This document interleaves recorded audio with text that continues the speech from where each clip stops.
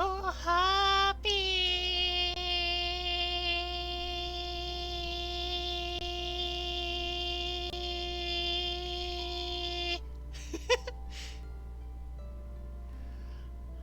Hello, hello. Good evening.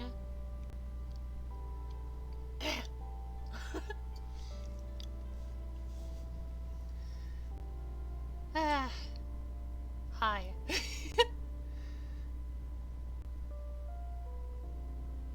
I am here to indulge myself among my resurfacing fixations. Like, there's been Jack and Daxter, there's been the Dark Crystal, and now fucking SCP. It's honestly been a hot minute since we last looked at SCP too. Jay has conjured a PNG change! What form shall I take, my dearest? Do let me know.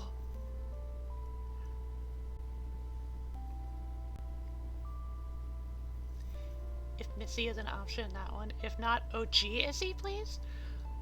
I'm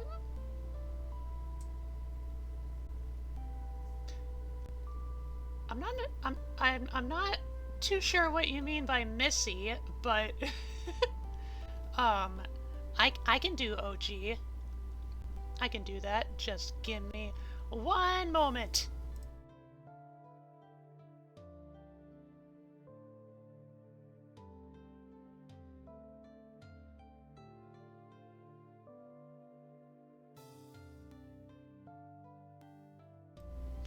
Ta-da! I'm I'm just a tad big. Oh my god. Oh, you mean poison dart frog. Okay. I can do that. Hang on.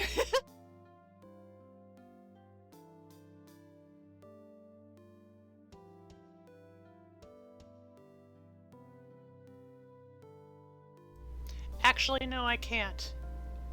It seems the file is missing.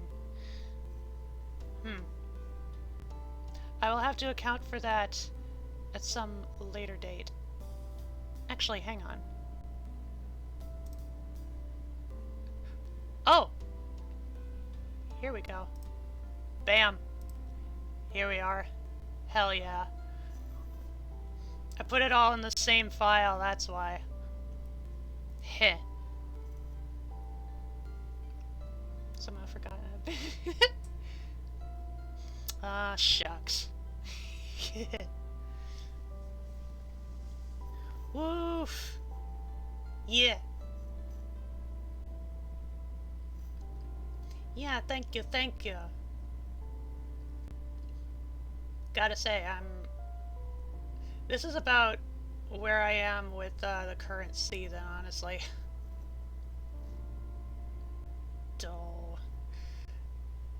Gorsh. Okay, alright.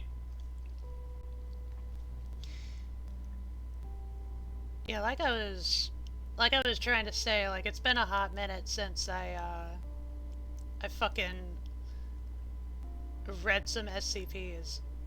And now, like, my brain is like, I gotta go back to it. I can't just read them on stream. Like, I need to indulge. I need to venture. I need to invest time and energy. So that's what we're set to do tonight.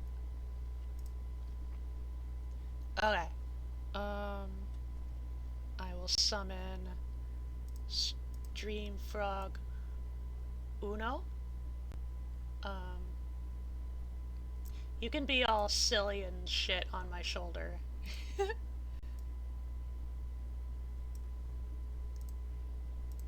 then Stellar.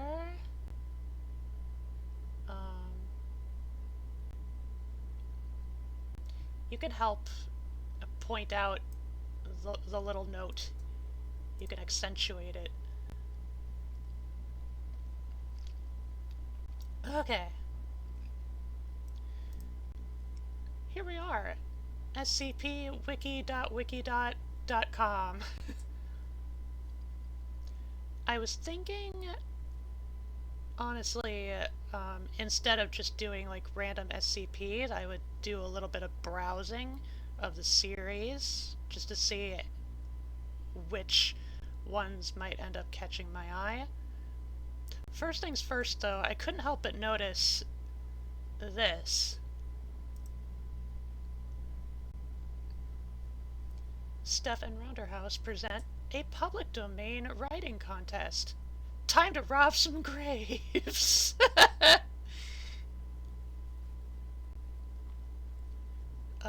Hey kids! My name's Sigma9, but you can call me Siggy. I'm the living manifestation of the SCP Wiki. What's the sack I'm carrying, you ask? Why, it's a bunch of dead authors. Arthur Doyle, Charles Dickens, Mark Twain. I've got all their book bones in here because I've been digging up graves all night. And I'm not taking them to a museum or selling them at a pawn shop, if that's what you're thinking. No, I'm gonna put them in my SCP article. Etc., etc. So apparently it's a new little contest.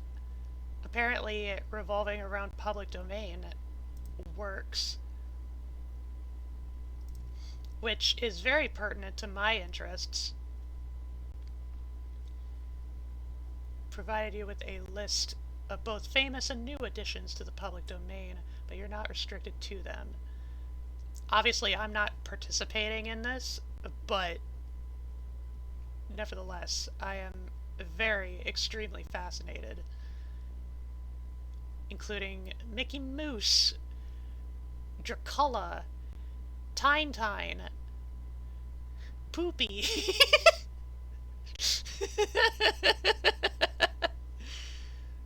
Winnie the Pooh, Columbo.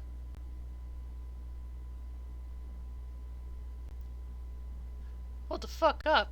When was Columbo public domain? Jesus of Nazareth, The Man Who Laughs, I'm not familiar, Sherlock Holmes, Peter Pan, and many, many, many more. Disclaimer. Oh, that's probably about, like, just making sure people actually know, like, what they're diving into. Actually be sure that your content or your choice for the contest is actually public domain. Hidden achievements. Misfits, placed in the top 5 with a team made up entirely of people cut from other teams. Mad respect. Hidden achievements? Oh, that's some great redacting right here. So it's already started, and posting starts in a week on Valentine's Day. And then it ends at the end of the month. And then apparently the voting ends at the 11th of March. So I'll have to check in when it's all finished. But apparently it's a team or collaborative effort.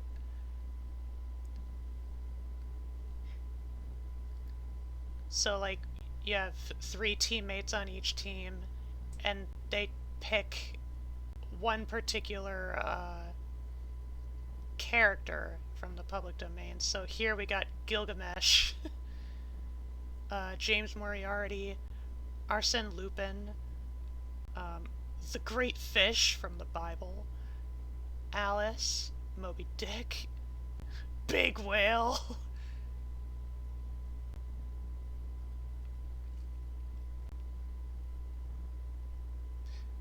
Huh. These guys picked Spring-Heeled Jack, and yet it's in Japanese? Spring-Heeled Jack is British. Queen Matt versus Count Dracula, but they picked Van Helsing. Okay. Killing Big Whale, Captain Ahab. The Gender Benders with Orlando. I recognize Orlando. I think that one actually came last year. Quit your job, join my anti-feudalism commune, Robin Hood. Amazing. The other big whale! With Pinocchio. Oh, I get it.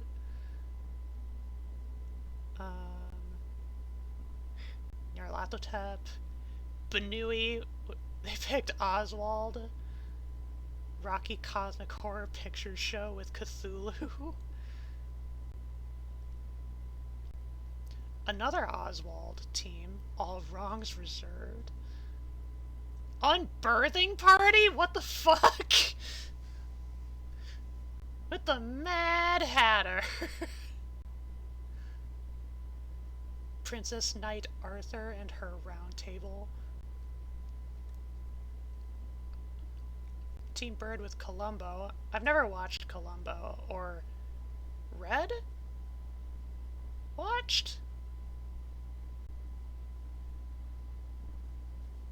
Partook. So I don't get the reference. King in Yellow, that's an interesting choice. Probably perfect for SCP. Dorian Gray. Where your eyes don't go.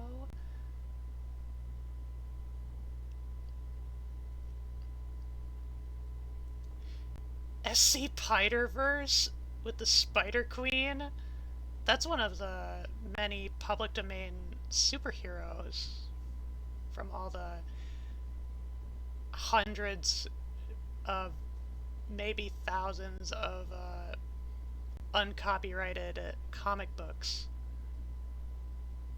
Another Alice one. Alice in Winterland.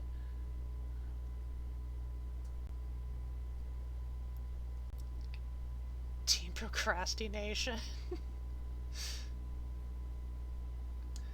Well, this seems like a lot of fun. I hope I will remember to check in after the contest is done. I really love this PNG. It's a bit old, but yeah, I like the style. What is Britain but Europe's Japan?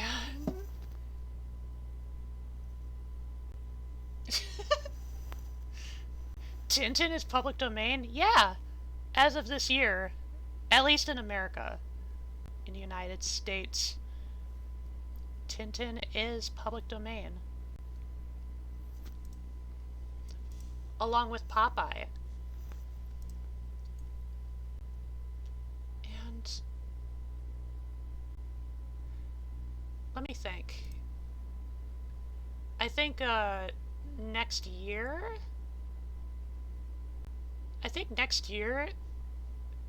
we get Betty Boop. Finally. Like, a lot of her cartoons, like, a lot of the classic cartoons, like with Popeye, I think there's a few Looney Tunes ones, and Betty Boop. Like, the cartoons themselves fell out of copyright, for one reason or another, although, like, the characters are usually not public domain until, like, the actual proper, like, time correlating with their debut.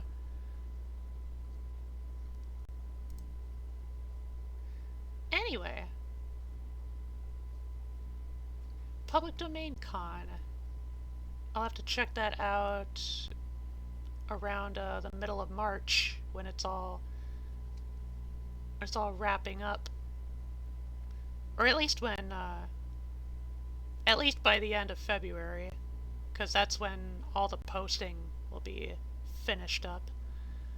Anywho, time to get with some articles. I'm probably gonna go, like, one by one, depending on length. Maybe I'll get to all 9 series. or like one per series. So we're starting old school.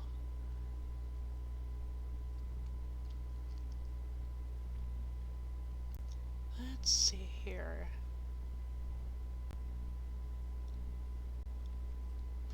The sculpture, the original. Staff placeholder.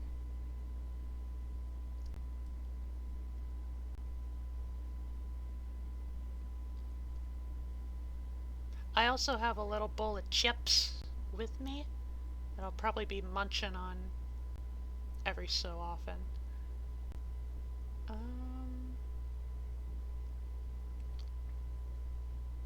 Let's see.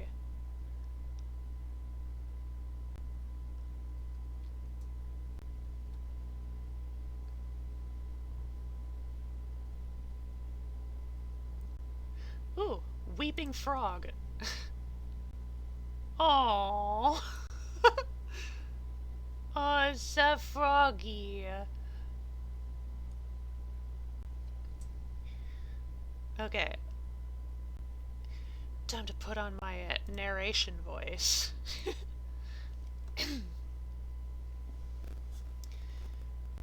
SCP-258.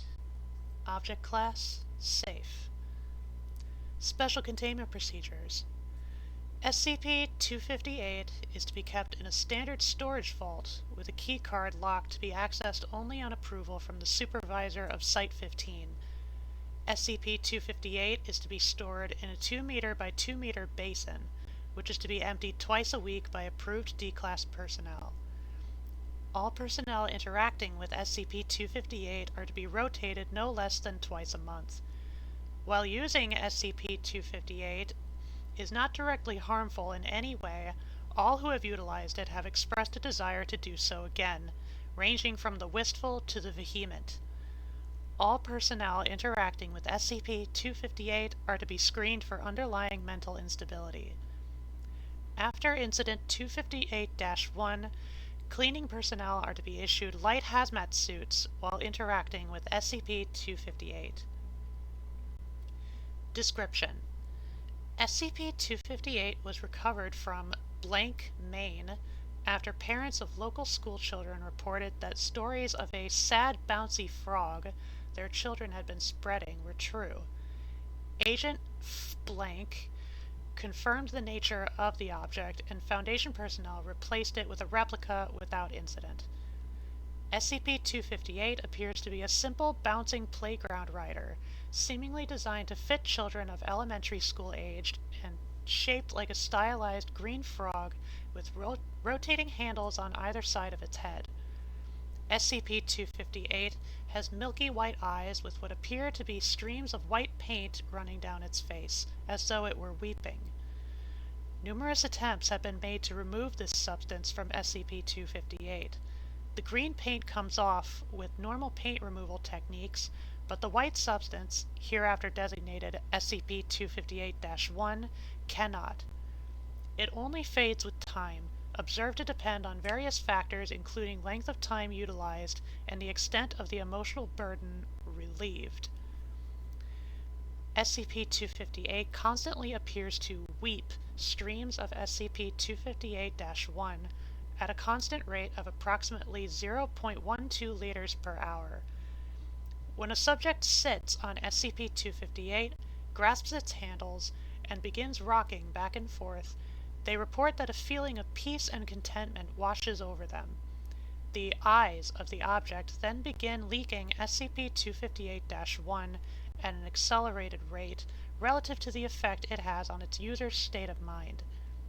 Though this substance cannot be removed from SCP-258 once the seat is vacated, it remains in liquid form during use, and will drip from the object onto the ground. Testing of this material afterward has determined it to be a mixture of plain white paint, human tears, and skin secretions of the American bullfrog. How SCP-258 generates SCP-258-1 is unknown. The direct effect of SCP-258 only lasts for as long as the subject remains seated, though several subjects suffering symptoms of chronic depression have reported a lasting positive effect, resulting from some insight they gained while writing SCP-258. Repeated use of SCP-258 by a subject has shown to be mildly addictive, and Agent Blank had to be restrained and struck before regaining self-control. The results of allowing mentally unstable subjects access to SCP-258 is unknown, pending further testing, though it is likely that any subject suffering from severe depressive symptoms would cause SCP-258 to produce uncontrollable amounts of SCP-258-1. Addendum 258-1. After D-3354 committed suicide following repeated skin contact with SCP-258-1, the direct effects of contact with the substance were re-examined. Continuous skin contact with the fluid appears to transfer some of the emotions suppressed during use of the SCP, and the prior user was re-evaluated, revealing she was recovering from data expunged.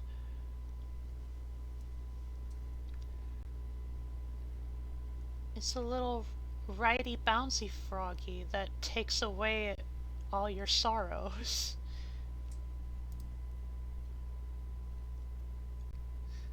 Hello, Dextra! You can't infect my brain if it's empty. No thoughts, only fish. Okay, what the fuck? I was supposed to say no thoughts, only cheese, not fish.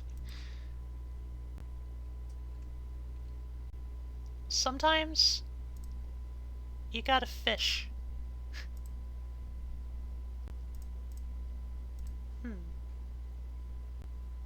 Well, this one was oddly pleasant, despite being, you know, one of the older classics. Let's go to Series 2.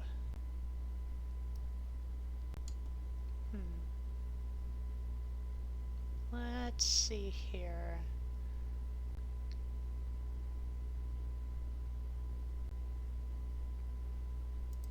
The ICUC? A species of fish. Do you know how little that narrows it down?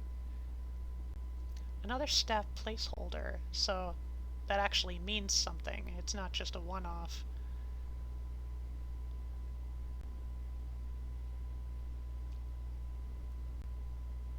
Perfect sphere?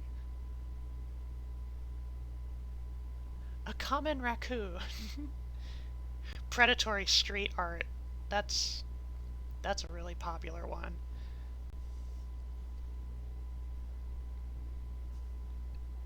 A highly immature and completely unofficial parody.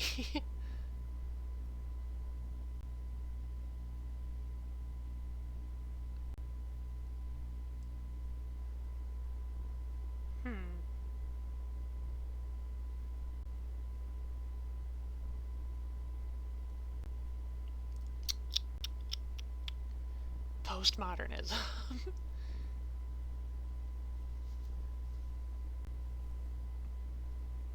Living with werewolves. The fucking anomalous sitcom starring werewolves.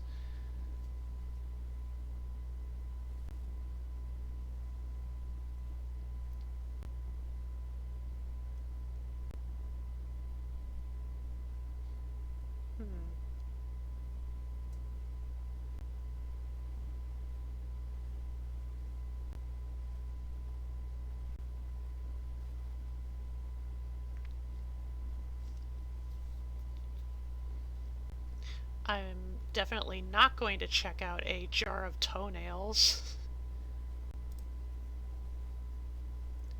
Hello, Combo. Welcome, welcome. Oh look, it's another frog one. Let's do it. SCP-1325. Object Class Euclid. Special Containment Procedures. All 111 specimens of SCP-1325 currently in the Foundation's possession are housed in a large paludarium at Bioresearch Area 7. The temperature and humidity of the paludarium are to be kept constant at ranges of 25 to 30 degrees Celsius and 50 to 60%, respectively, and the specimens are to be fed 2 to 3 times a week on crickets, locusts, earthworms, and baby mice. Any eggs laid by the specimen during Easter are to be given to research staff, whereupon they will either be used for research, fed to Class D personnel in order to propagate SCP-1325, or destroyed. Description: SCP-1325 is a species of frog which resembles the Australian green tree frog, Littoria caerulea. Genetic analysis confirms that it is closely related to L. caerulea. Foundation zoologists have named it the Easter frog, Littoria pasha. All specimens are anatomically and genetically male. As such, it does not sexually reproduce. On Palm Sunday, as defined by the start of the week before the first full moon after March 21st, an egg will start to grow from the back of every adult specimen of SCP-1325. The egg will develop over the course of the Holy Week until early morning of Easter Sunday, when it will detach from SCP-1325's back. The egg will always begin to develop on Palm Sunday and be laid on Easter Sunday, regardless of which dates these holidays fall on any given year. Most cases of SCP-1325 have been in countries, Australia, New Zealand, and the USA, where the vast majority of the population celebrates Easter, and does so on the date of the first full moon after March 21st. The only exceptions are two cases in Port Moresby, Papua New Guinea.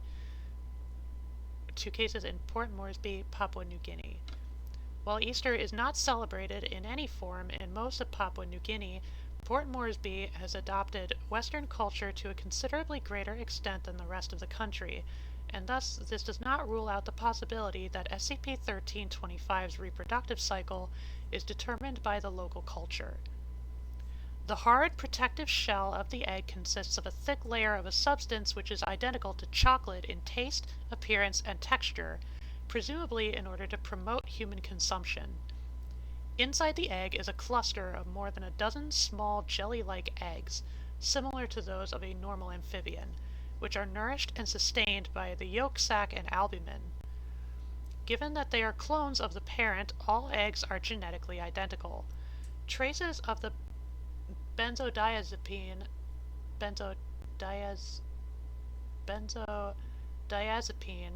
derivative drug prazepam have been detected in the yolk sac and albumin. It is thought that prazepam's anxiolytic and sedative properties facilitate human consumption by rendering subjects oblivious to the egg's contents. When the egg is fully developed and ready to detach, SCP-1325 will seek out sites where it is likely to attract human consumption, typically among similar-looking confectionery, before depositing it.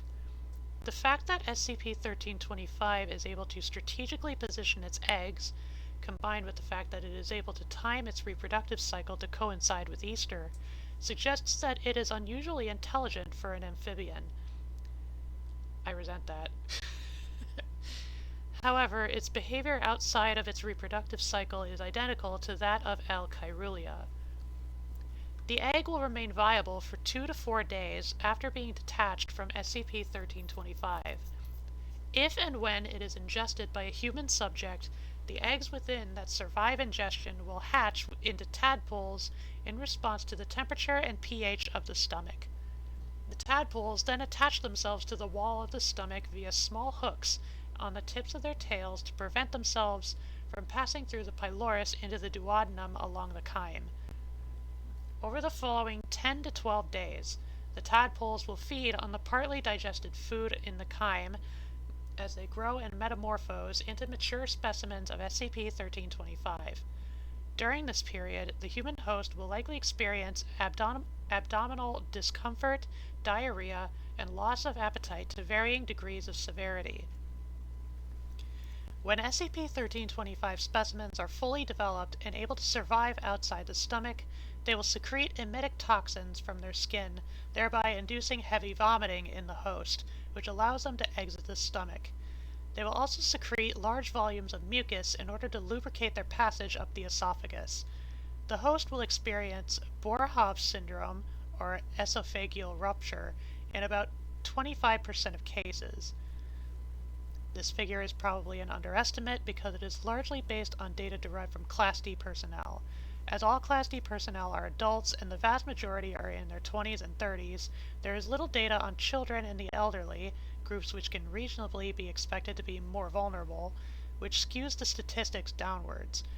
The likelihood of Boerhaave syndrome is greater in cases where the host contains a large number of SCP-1325 specimens due to a high proportion of the eggs having survived ingestion, and cases where the specimens have remained in the stomach for longer than is typical, and thus have grown quite large. In cases where both these factors are present, the likelihood of Boerhaave syndrome is close to 100%. Once the specimens have exited the host, they will continue to grow for around 6 months before reaching adult size. Ew! That's kinda grody. Kinda yucky. I don't like. How unfortunate that they happen to be frogs. Let's see, I could probably scroll back up. Let's go to Series 3. I'll probably, like, cycle through each of the series. Like, once we get to 9, I'll cycle back to 1, etc., etc. If it's ever called for. I accidentally the whole universe.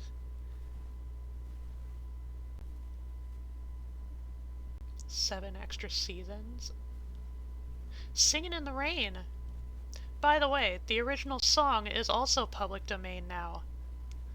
Not the musical movie, just the song. So that's neat. Headcanon.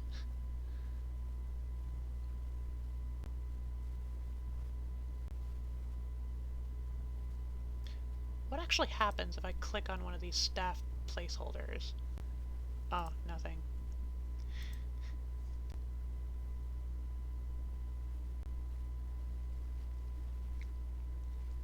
Porridge!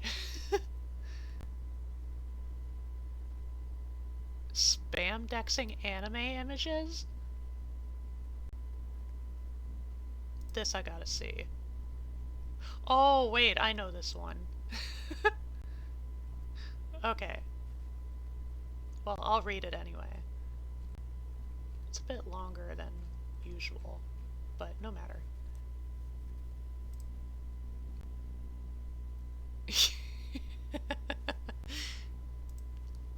Okay.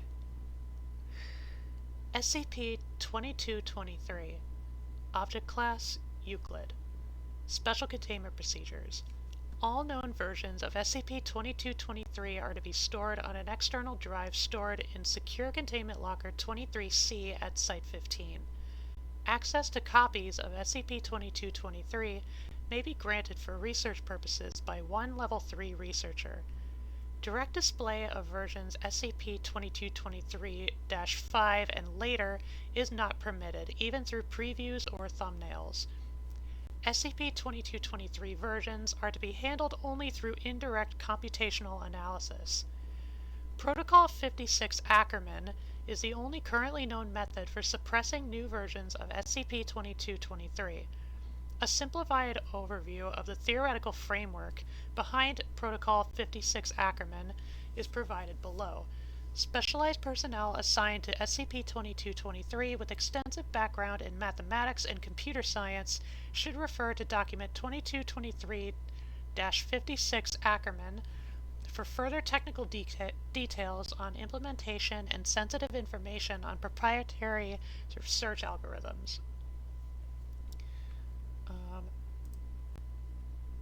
Oh my.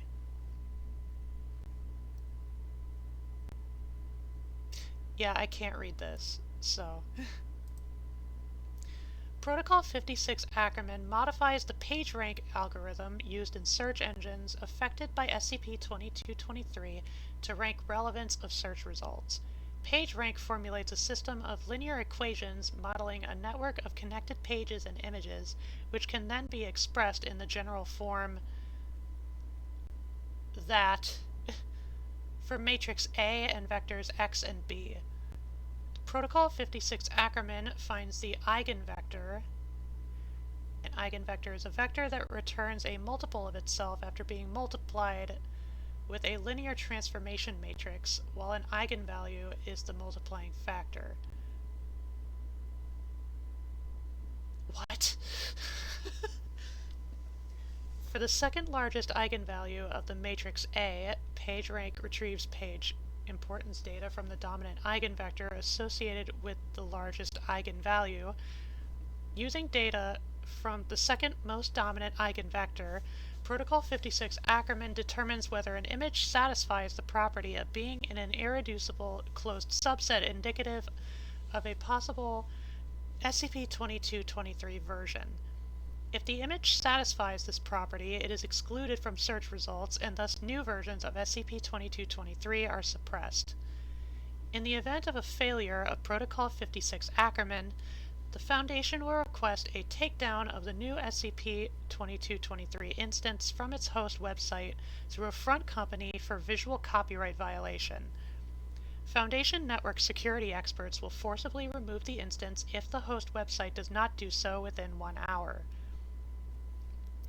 A catalog of previous SCP-2223 instance metadata and file names is to be maintained for all efforts pertaining to the elimination of copies of known SCP-2223 instances. Foundation web crawlers are to regularly scan the internet for images matching the file name or metadata of cataloged SCP-2223 instances. Social media sites are to be given special priority due to their past prominence as SCP-2223 dissemination vectors. Foundation agents are to be dispatched to administer Class C amnestics to individuals possibly exposed to the cognitohazardous effect of SCP-2223. The SCP Foundation has enlisted the cooperation of major antivirus and computer security firms in the elimination of offline known SCP-2223 instances. All major antivirus software will identify any file matching known SCP-2223 metadata or file names as malware and will permanently remove it. Oh hey, I know those words! Cool!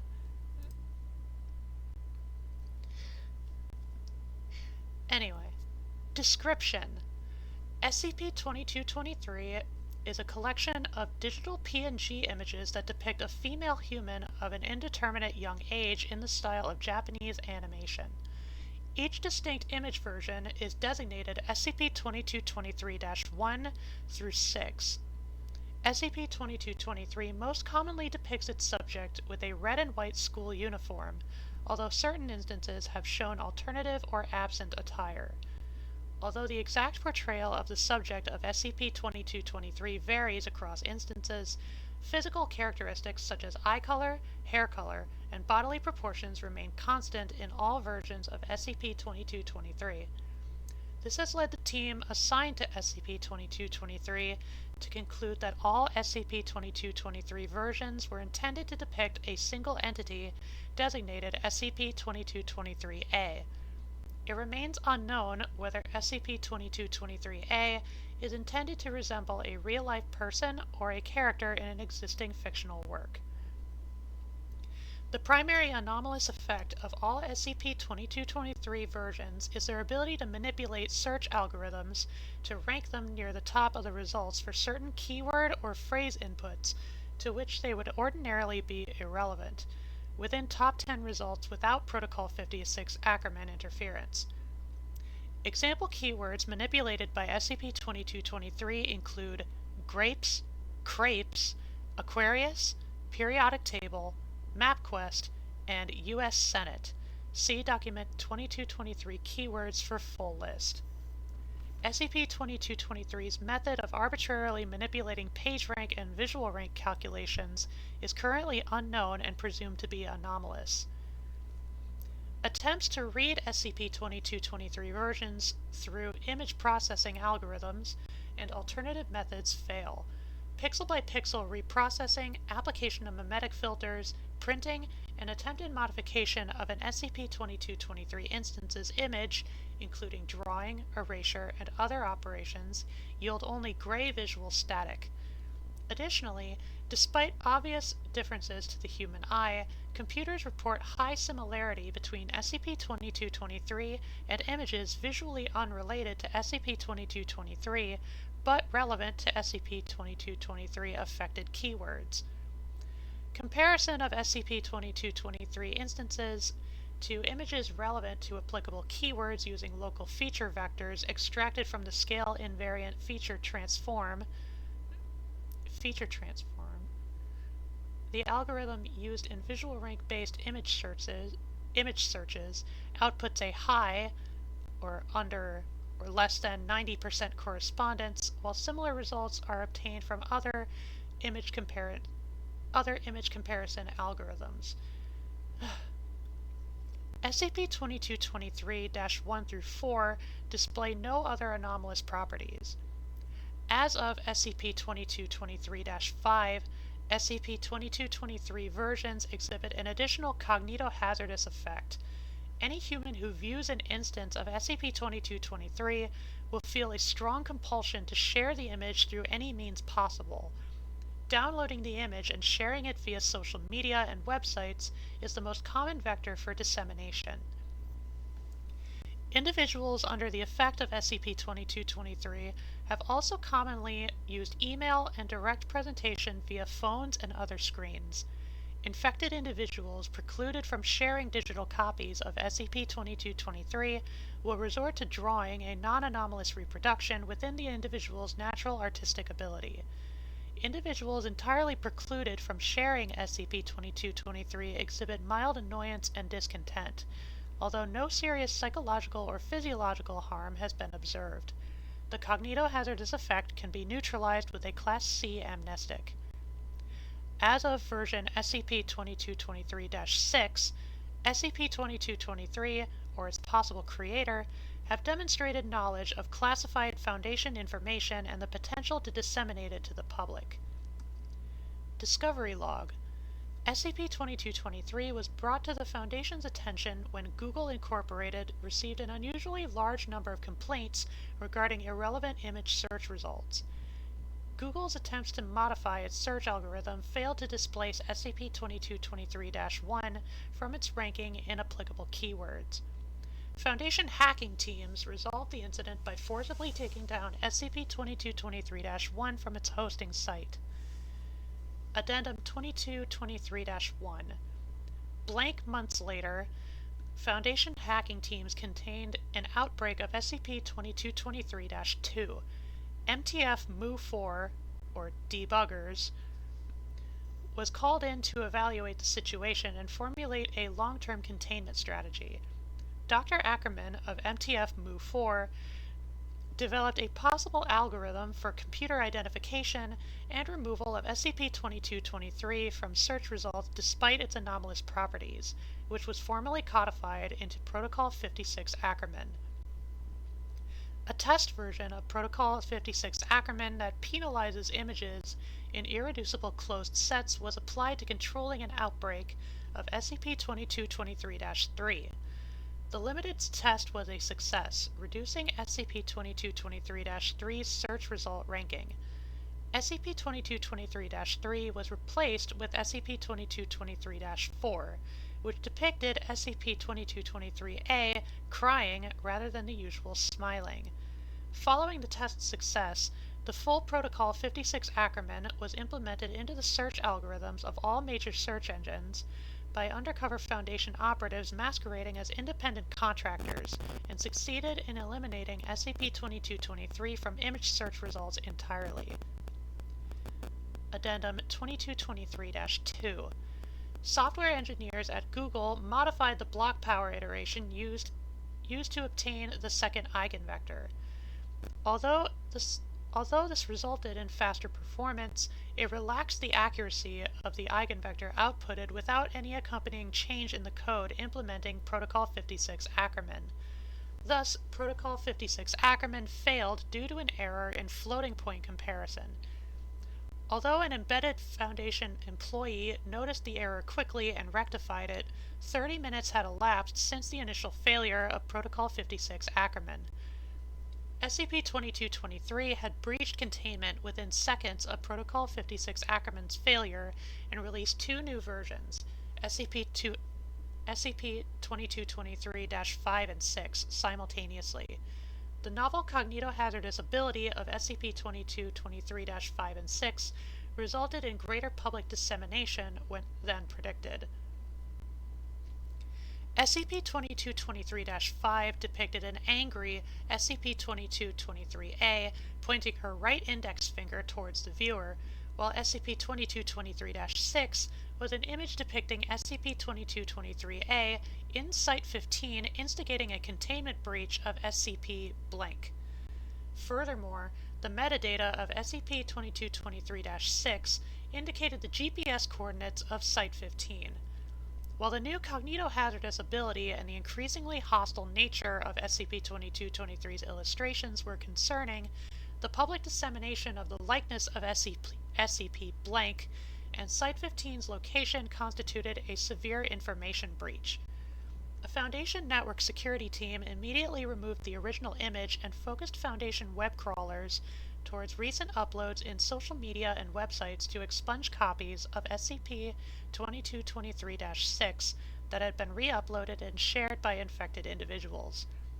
New photo uploads were disabled for several hours on almost all major image hosting and social media sites. Security was increased at Site-15 to protect any external GOI attacks, while SCP blank containment teams were placed on heightened alert. No actual containment breach of SCP blank occurred, however. Due to the fortuitously swift reinstitution of Protocol 56 Ackermann, the containment breach was extensive but ultimately manageable within Foundation resources. Foundation personnel across the world were deployed to deliver and administer Class C amnestics to the blank people affected by the containment breach.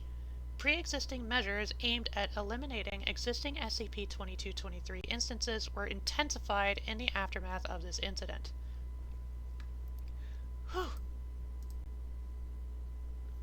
Thank you, Zuri, for the trifecta. Also, I just realized there's no background tunes. Maybe that'll help alleviate some of the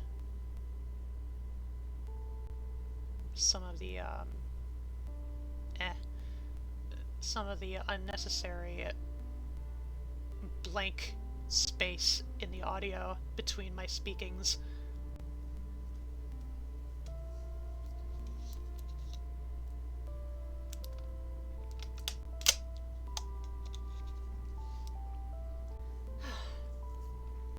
Water consumed.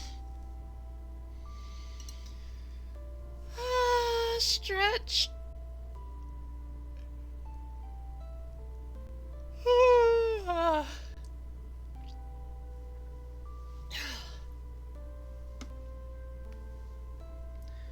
Good, good, good. I'm gonna munch on some chips.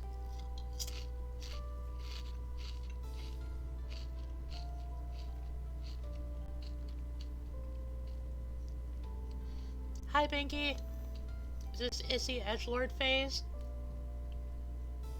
This is my poison dart form. I've had it for a while, honestly, but I haven't had, honestly, a whole lot of opportunities to use it in the past.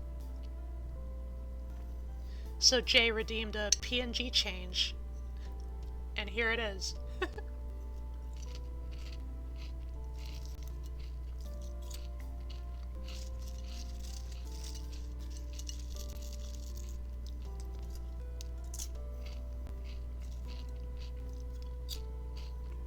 Yum, yum, yum.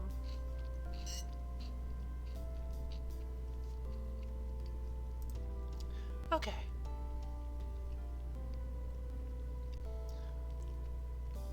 Continuing on. Addendum 2223-3. Project Manager Dr. Blank received the following email in his inbox on blank blank 2000 blank. To the Foundation, we have recently become aware of your interference in our latest project. We meant no harm in this recent test. We simply needed the practice, and making our favorite anime girl known to the world happened to be an interesting application. BTW, acronym for by the way, set in context. You should really watch the anime Towaru Sugakuteki no Okusetsu. Translated as a certain mathematical conjecture. It's like as soon as I read Towaru, it's like, oh wait, is it the same series as like a certain railgun? Anyway, you should really watch the anime, yada yada. Then you'd get why we love Shizuki-chan so much. After all, they don't exactly teach the integration of anomalous phenomena in computer science courses or guides. Our further investigations into your foundation, however, have yielded that you are the ones who mean harm. You have renditioned fellow men and women innocent of crimes and exploited the most vulnerable in our society, those with no other options left to them. The time for fooling around with anime girls and funny cat pictures has come to an end. We are united under a mission. We have a purpose now. We accept no apologies or surrenders, only objectives. Celeramus. Foundation web crawlers were unable to find relevant matches on the web for Celeramus. No relevant online matches were found for either the English or Japanese titles of the anime referenced. Foundation network security teams traced the IP address of the sender to an unsold and unoccupied apartment in Denver, Colorado. Dr. Blank has received a new email address while his old address is monitored for new communications from Celeramus. While it is possible that the email may provide further insight into the nature of SCP-2223 and its origins, it may also possibly be a hoax. In either case, the sender of the email possesses classified knowledge of the Foundation, and efforts to identify and apprehend the person/organization are ongoing. It is possible, although unconfirmed, that Shizuki was intended to reference SCP-2223-A.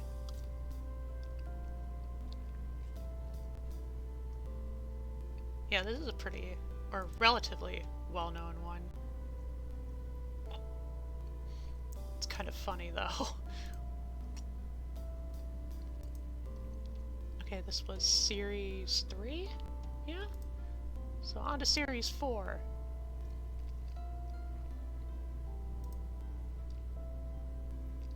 Frog topic. We did have two frog articles.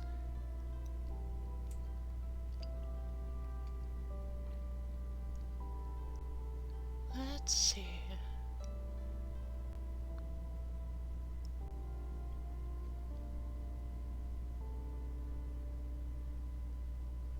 The Adventures of Rex Dangerly.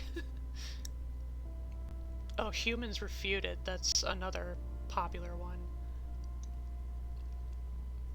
Really creepy, too. There is no canon. Fuck off, Carl! Dart Frog Flora. Here we are.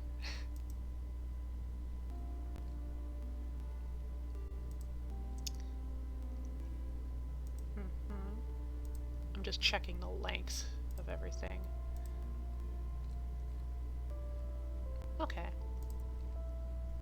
This doesn't seem as long as the previous one. SCP-3227. Object Class Euclid. Special Containment Procedures. Approximately 1,000 kilograms of live insects with high alkaline content and/or small animals are to be dropped into SCP-3227 on a bi-monthly basis via helicopter or drone. Instances of SCP-3227 are to be encompassed by electric fence and monitored at all times by security personnel, maintaining a distance of at least 1 kilometer from SCP-3227. Under no circumstances are humans to enter SCP-3227 without proper equipment. Due to the nature of SCP-3227, authorization to conduct research directly will only be granted in the week prior to the bi-monthly feeding. Should there be any issue with the harvesting equipment, repairs must be scheduled during the week prior to the bi-monthly feeding. Description: SCP-3227 is a 3x3 kilometer portion of jungle originally located on the east coast of Madagascar, which is made entirely of the skin of the Dendrobatidae, or specifically the Phyllobates terribilis, colloquially known as the poison dart frog. The color of skin matches the natural color of the flora that it mimics. However, small black patterns that match those of the poison dart frog can still be seen. SCP-3227 is believed to be a single living organism, though the biology of SCP-3227 is unknown, as attempts to cut deeper than 1 meter into SCP-3227 have been consistently met with failure due to the increased toxicity of SCP-3227's deeper layers. Extreme decay of living and non-living matter occurs when exposed to the toxins that reside 1 meter or deeper within SCP-3227. The toxicity of SCP-3227's interior has proven constant regardless of when it was last fed. Within SCP-3227, while there is nothing that resembles the fauna of Madagascar, a variety of flora, both native and alien to the Madagascan rainforest, have been found, or can be found. While these plants also consist entirely of poison dart frog skin, their toxicity levels tend to be significantly lower the farther from the ground it is. It is due to that discovery that samples taken of SCP-3227 tend to come from the top of the trees. SCP-3227's toxins work much in the same way as do those of the poison dart frogs. The toxicity of the skin reflects the amount of alkaloids that it takes in, most commonly through insects. Being cut off from its natural environment, SCP-3227 would slowly die without bi-monthly feedings. Creatures that are killed by SCP-3227 die from overexposure of alkaline toxins and proceed to rapidly decay into SCP-3227. When creatures with high alkaline content are consumed by SCP-3227, it results in SCP-3227's skin becoming more toxic than before. However, after approximately 1 month without consuming any alkaloids, SCP-3227's toxicity will begin to wane. For larger creatures, such as humans, SCP-3227's toxins cease being deadly on contact after 1.5 months without feeding. Instead, direct contact with the toxins from SCP-3227 will only cause a burning sensation. However, prolonged exposure without proper equipment will result in sickness, fatigue, paralysis, and eventually death. SCP-3227, while normally docile, is able to protect itself or trap fleeing prey when aggravated. SCP-3227's primary mode of defense is through releasing concentrated toxins. If that fails, it is also able to use an appendage closely resembling the tongue of a frog. In emergencies, SCP-3227 will open a large amount of small holes in the ground, plants, and trees where multiple frog tongues are able to shoot out. One tongue that was severed during Incident XX-47B was measured at 15 meters in length, and microscopic analysis revealed millions of small needles containing alkaloid toxins covering the tongue's surface. When provoked, up to thousands of tongues have been reported to emerge and weave a web around their target, immobilizing and poisoning them. Since the discovery of SCP-3227, the Foundation has used the alkaline toxins that secrete from SCP-3227 for numerous projects. The alkaloids have been extremely useful in the creation of amnestics, as well as biological weapons and assisting in the containment of various other SCPs. While containment is a top priority for SCP-3227, the Foundation has also made it a top priority to utilize SCP-3227 to its maximum potential. Currently, Dr. Martin is leading a research effort to establish a large-scale farming operation for SCP-3227 on Site-118. SCP-3227 was originally discovered in 1967 by a group of independent researchers who wandered into the jungle in search of a new species of fauna. Locals avoided the area due to the mysterious deaths that occurred within it, which led the researchers to believe that the deaths were due to an undiscovered species. Of the 12 that entered, only 5 managed to escape. Those researchers were discovered by the Foundation and were subsequently brought in for questioning. In 1972, while a sample of SCP-3227 was being brought to Site-118 via airplane, along with several other Euclid-class SCPs, there was an incident that resulted in a crash above the Talladega National Forest in Alabama. Although the other SCPs were recovered successfully, the sample of SCP-3227 was not found. 5 years later, reports of hikers going missing in the area near the crash led to a secondary investigation. It was discovered that the sample of SCP-3227 had managed to survive the crash and grow in the Talladega National Forest, and was the exact size of the original.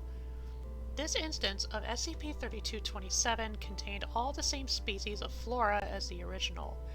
Attempts to remove this instance of SCP-3227 were initially met with failure and numerous casualties. However, the Foundation succeeded in removing SCP-3227 through the use of firebombs in July 1978. Following this incident, humans were forbidden to interact with SCP-3227 in any destructive manner. See Interview Log. Exploration Log 49B2A. Conducted May 12, 1973. Description: Lead researcher Arslan instructed 7 D-Class personnel to attempt to cut down several of the trees within SCP-3227, and 1 additional D-Class to attempt to dig into SCP-3227. Each D-Class is armed with an axe, as well as a protective suit and gas mask. The D-Class with the task of digging was given a shovel. They were given 2 hours to make as much progress as they could, and were then instructed to return from SCP-3227 after the time had elapsed. They were instructed not to go too deep into SCP-3227 so that researchers could maintain visual contact with them through binoculars. Result: as soon as the D-Class personnel began to chop at SCP-3227, concentrated toxins began to leak into the air. The protective suits that the researchers had provided for the D-Class didn't appear to be adequate in stopping SCP-3227's toxin. The D-Class who struck at SCP-3227 collapsed after only a few seconds of exposure. One of the D-Class in the area, designated as D-231, witnessed this and ran back to the rendezvous point. The D-Class assigned to dig into SCP-3227, designated D-175, failed his task as the shovel wasn't capable of digging into SCP-3227. All D-Class personnel, except for D-231 and 173, or 175, were poisoned and subsequently consumed by SCP-3227. Researcher's Notes: Dr. Arslan expressed disappointment in his inability to retrieve a sample of SCP-3227, but was optimistic about future projects. Dr. Arslan and the rest of his research team concluded that, with proper protection that utilized oxygen tanks, it would be entirely possible to obtain small samples of SCP-3227. Hi, Orangey!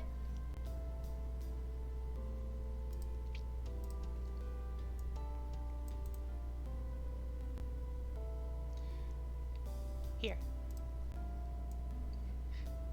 I can make you do an ear stand.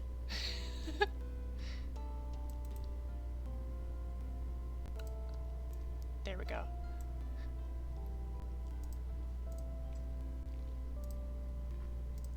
Okay.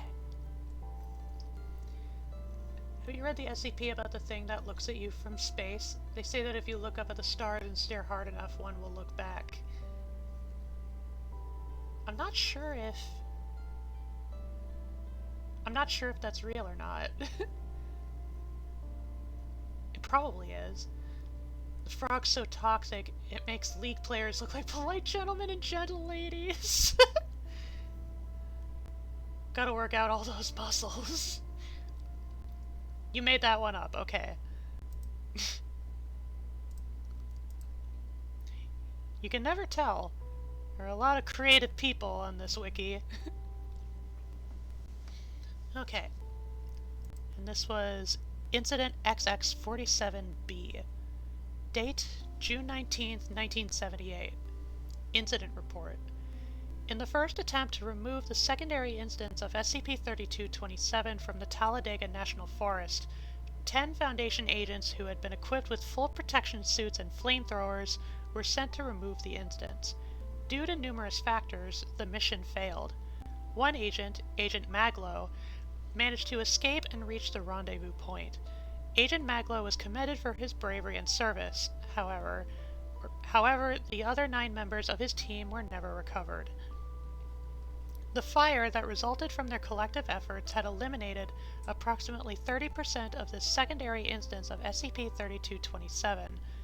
However, it would take another month for the instance of SCP-3227 to be completely removed.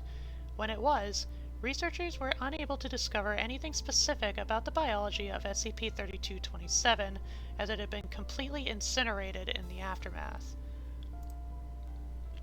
Interview log. On August 8, 1978, Agent Maglow was interviewed by Dr. Arslan regarding Incident XX47B. Only the interview's audio was recorded. Begin audio recording. Hello, Agent Maglow. My apologies for keeping you waiting. Dr. Arslan is heard sitting down, as well as laying papers onto a desk. Hey, Doc. No problem. You don't seem very chatty today, now do you? Would you like to reschedule the interview for some other time? No, it's fine. I'd rather just get this over with, so I don't have to think about it anymore. That's the spirit. So, you've had more intimate experience with SCP-3227 than anyone else, so what I'd like to know... Well, we went in to kill the thing, right? First, it might help if you briefed us better for shit like this. Also, there wasn't much synergy in the team. I only knew Doug and Jonas. We'd worked together a lot in the past, so we stuck together. The rest just went off and did their own thing. Well, teams are made based off of recommendation and service records. As for the briefing, we told you men everything we knew at the time.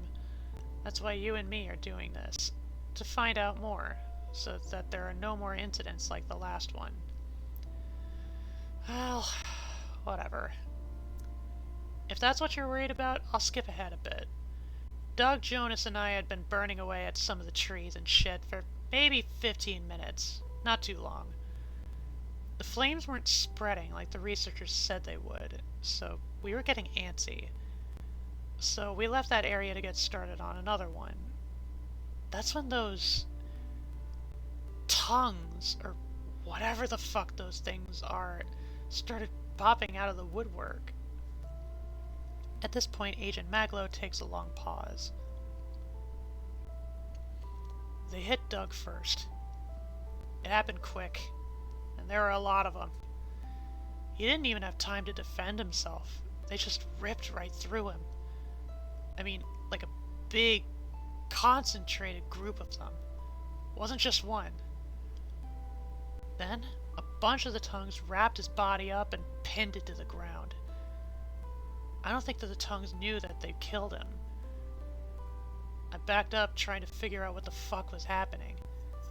Jonas ran over to try and get Doug out of there. I yelled over to tell him to forget it, and that we needed to run. But it didn't do any good. The tongues grabbed his arms and legs and pulled him down hard, breaking his helmet. As soon as that happened, I knew the poison would get him in a few minutes. I turned and ran for the burnt up part. Last thing I heard was Jonas throwing up. Poison, I guess. Anyways, the thing got me just before I made it to the burnt part. I only had to deal with 2 of the tongues. One grabbed my leg from far away, and another opened up in the ground right next to me as I tripped, wrapping around my body. Lucky me, the thing missed my right arm, so I could get my knife out. Barely managed to cut that tongue that I gave you guys off. That thing was tough. As soon as I did, I shot the flamethrower at the tongue on my leg. You shot your own leg with the flamethrower? No, I shot the tongue. It was far away, so I shot past my leg at the tongue. Ah, I see. Please continue. And that's about it. I grabbed the tongue and burnt a path out of there from the area we already burned. That's what happened. I see. Thank you for that report, then. I have one question, though. How do you think that those tongues were so accurate in hitting you and your comrades? Whether the pressure on the ground or something else? Well, at first I thought that was it, the pressure. But when I hit the ground, I saw something where the tongue was coming out. Something that I thought I saw in the other ones that hit Doug and Jonas, too. You saw something in the holes. Yeah. Well, what was it? They were eyes. Lots and lots of eyes. Tiny little ones. All over. They were completely black, but I could see the light from the fire reflecting off them. They were all over the place. If you ask me, they were watching us the whole damn time. Both Maglo and Arslan are silent for a few moments. I see. Thank you very much for this interview. It's been quite informative. And recording. Note, following this interview, further attempts to cause large-scale harm to SCP-3227 were forbidden. Poison Dart Forest! Quite optimal that my poison dart form was summoned. Yeah, Dart Frog Flora. Oh, wait. Series 4, on to Series 5. Hello, Taboo. I love you, Taboo. Gonna have a few more chips.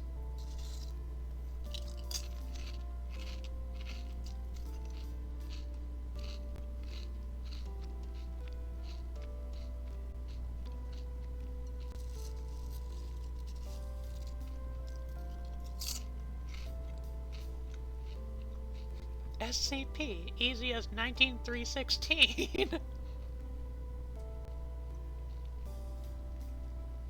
Louder than God's revolver and twice as anomalous.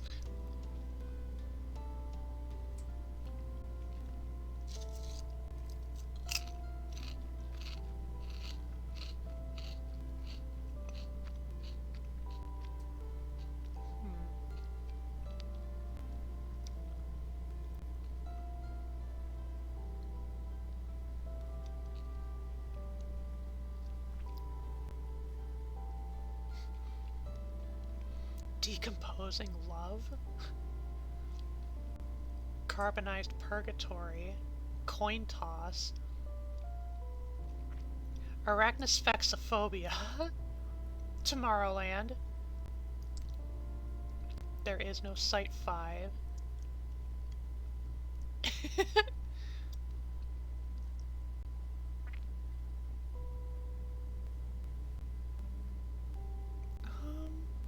Sometimes a damselfly just wants some dick.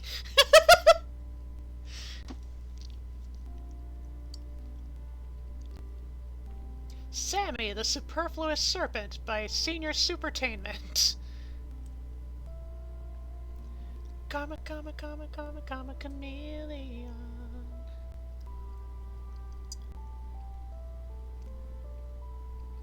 A friendly untranscribable.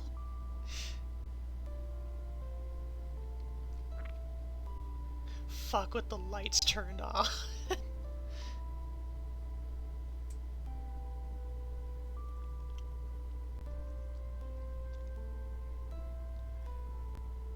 I want to see a friendly untranscribable. Huh.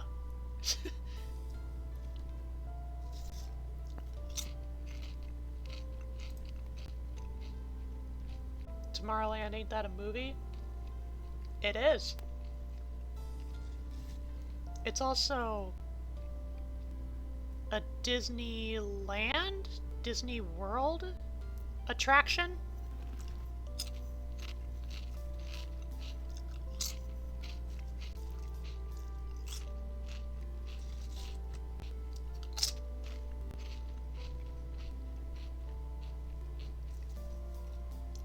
I love these barbecue chips.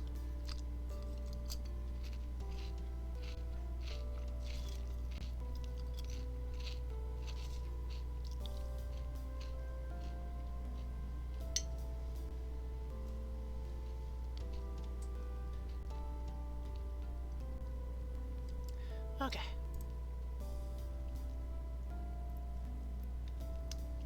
Finger licking good. Okay.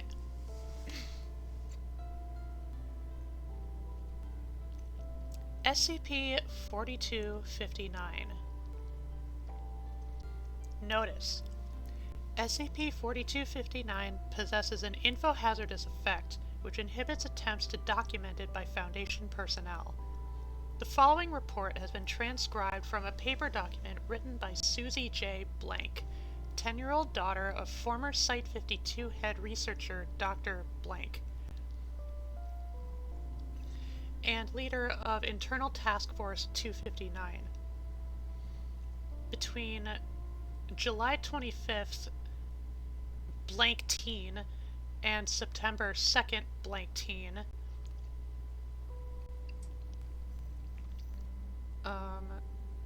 20 blank teen, Internal Task Force 259 handled all direct testing and containment procedures involving SCP-4259.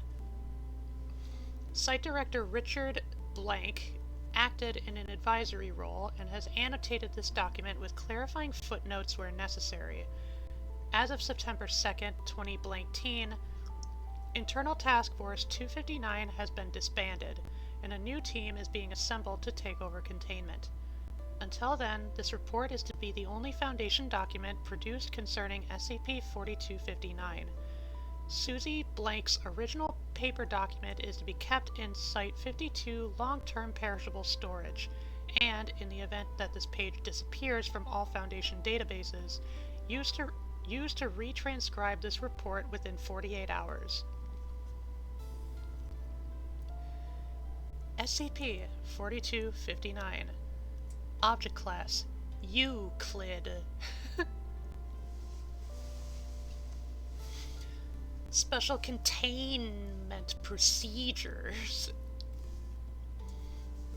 SCP-4259 is really cool, and SCP-4259 lives in the big blue room in the site where my dad worked.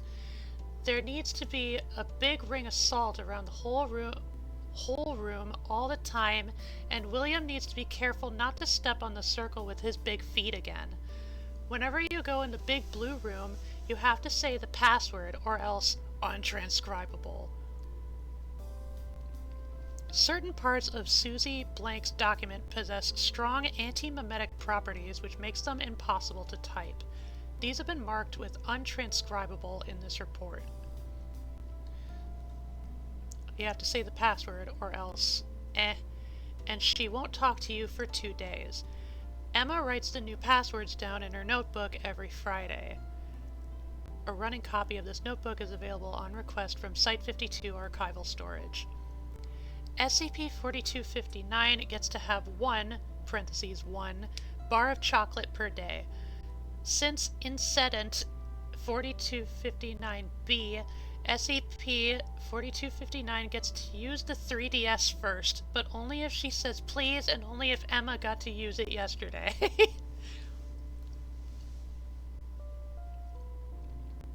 The Awesome Squad, Internal Task Force 259, is in charge of all the testing with SCP-4259, and grown-ups don't get to go in the big blue room while we're testing. The Awesome Squad shouldn't go near the body in the back corner of the big blue room. Since Incident 4259-A, Dennis has to stop pulling my hair during testing. Foundation records indicate that SCP-4259 was discovered in Foundation custody on September 13th, 2000 blank, at which time no site personnel were aware of its existence. Certain elements of its current containment, such as Director blank reports being unable to type this part, appear to have been in place at this time. Description: SCP-4259 is definitely a girl, and Dennis doesn't know anything about SCPs or science. She has gray hair and long black eyes. Even though she looks old, she is kid-shaped and doesn't act like an old person at all. She likes chocolate and video games, and gets really sad if no one plays with her for more than 2 days. The Awesome Squad tried not playing for 2 days by it made us all sad for 2 days, but it made us all sad, so we stopped. My dad says that SCP-4259 has a info-hazardous effect, which means that she's dangerous to think about. When grown-ups talk about her or try to write stuff down, they get all weird after a while and forget what they're doing. Various research teams have studied SCP-4259 in the period from September 13th, 2000 blank to July 24th, 20 blank teen. During this time period, no reports on SCP-4259 were successfully produced. On-site staff were not able to come up with a satisfactory explanation for this phenomenon. I tried to get Mr. Blank to help me with my report, but he kept forgetting all the stuff I told him when he went to type it, and eventually he just walked out of the room and didn't even look at me. I think about her a lot though, and I don't forget stuff I think, so maybe it doesn't work on kids. I don't know though, cause sometimes when I write stuff down about her, it gets all weird and squiggly when I don't look at it. We tried to tell William's big brother, the brother was 13 years old at the time of this visit, about SCP-4259 when he came to visit, and he also kept forgetting, so it might work on teens as well. When SCP-4259 is happy, everyone else is happy, and whole room feels warmer. Everyone likes it when SCP-4259 is happy. The Salt Circle makes SCP-4259 really unhappy. She keeps asking if we can break the circle so she can untranscribable. But Dad said to never ever do that. Shortly before his mandatory reassignment, Dr. Blank requested Susie to be given a list of instructions which she had written to follow in his absence. After a joint review by the Ethics Committee and Site-52 administration, this request was permitted with the provision that the list be thoroughly scanned by Site-52 censors prior to the exchange. The list contained an instruction to never let SCP-4259 out of its containment chamber, no matter how nice she, set in context, seems. Notably, no explicit mention is made of the director blank reports being unable to type this part.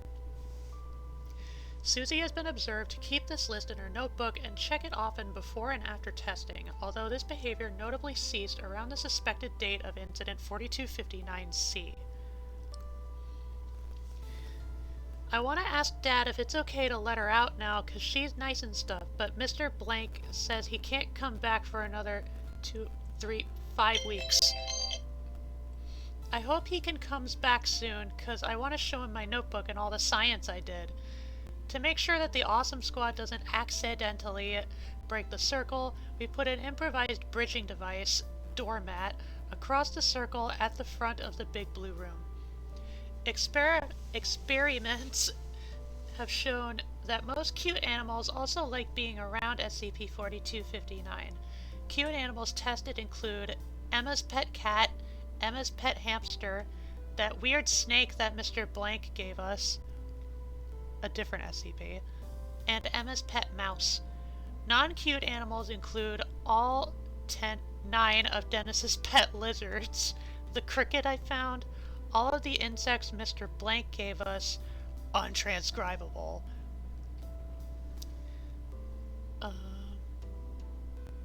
I'll go up until the incident report. SCP-4259 didn't like the non-cute animals, so we stopped doing the experiments.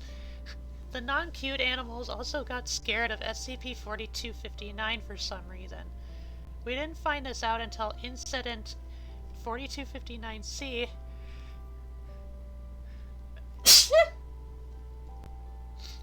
when untranscribable, got really scared and was accidentally terminated. Since the incident, untranscribable is now a non-cute animal and we don't talk about him anymore. The Awesome Squad shouldn't go near the body in the back corner of the big blue room. Oh. The following drawing was found on the last page of Susie Blank's notebook, undated. Oh dear. I keep telling them and they scribbled over. Okay. Drums! Break the circle, let the ood free!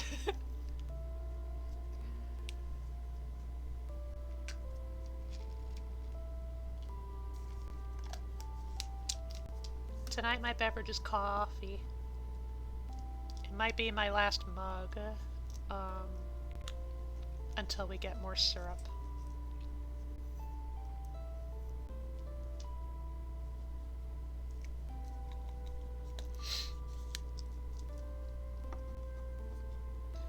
I do know that there's some like sparkling water and bubbler and stuff in one of the cupboards. There's also fruit juice, cranberry juice, tropical punch, and I think there's one other one. I'm not sure what it is.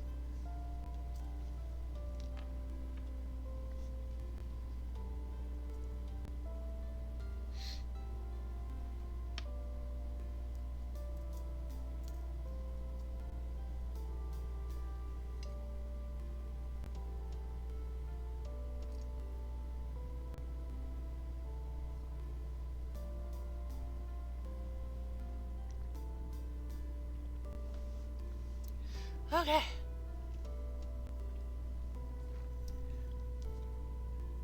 I'm also going to eat a chip.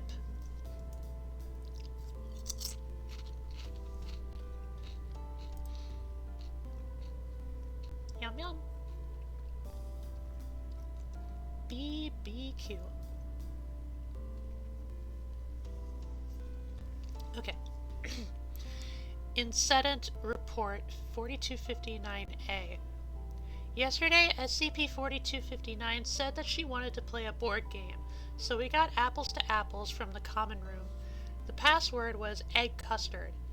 SCP-4259 was gonna go first, and we were trying to pick which way the turns were gonna go. I said that I should go next because I was her best friend, but Dennis got mad and said he was her best friend even though I was. Emma thought that we could all be best friends, but Dennis thought that was dumb. Then he started pulling my hair and I tried to punch him, but SCP-4259 got sad and started crying, so we stopped. Emma said to let Dennis go first, cause he didn't get any of the chocolate last time, and I said yeah, even though he's still wrong. Then Will complained that he didn't get any chocolate the time before that, but Dennis said it was cause he was fat. Then Will punched him, but he laughed about it, so it was okay. SCP-4259 laughed about it too, and we all laughed and forgot about it. Incident Report 4259-B. The password was "It speaks in the twilight," but Will forgot and thought it was "It talks in the twilight." SCP-4259 said it was wrong, but Will said no, talk and speak were the same thing.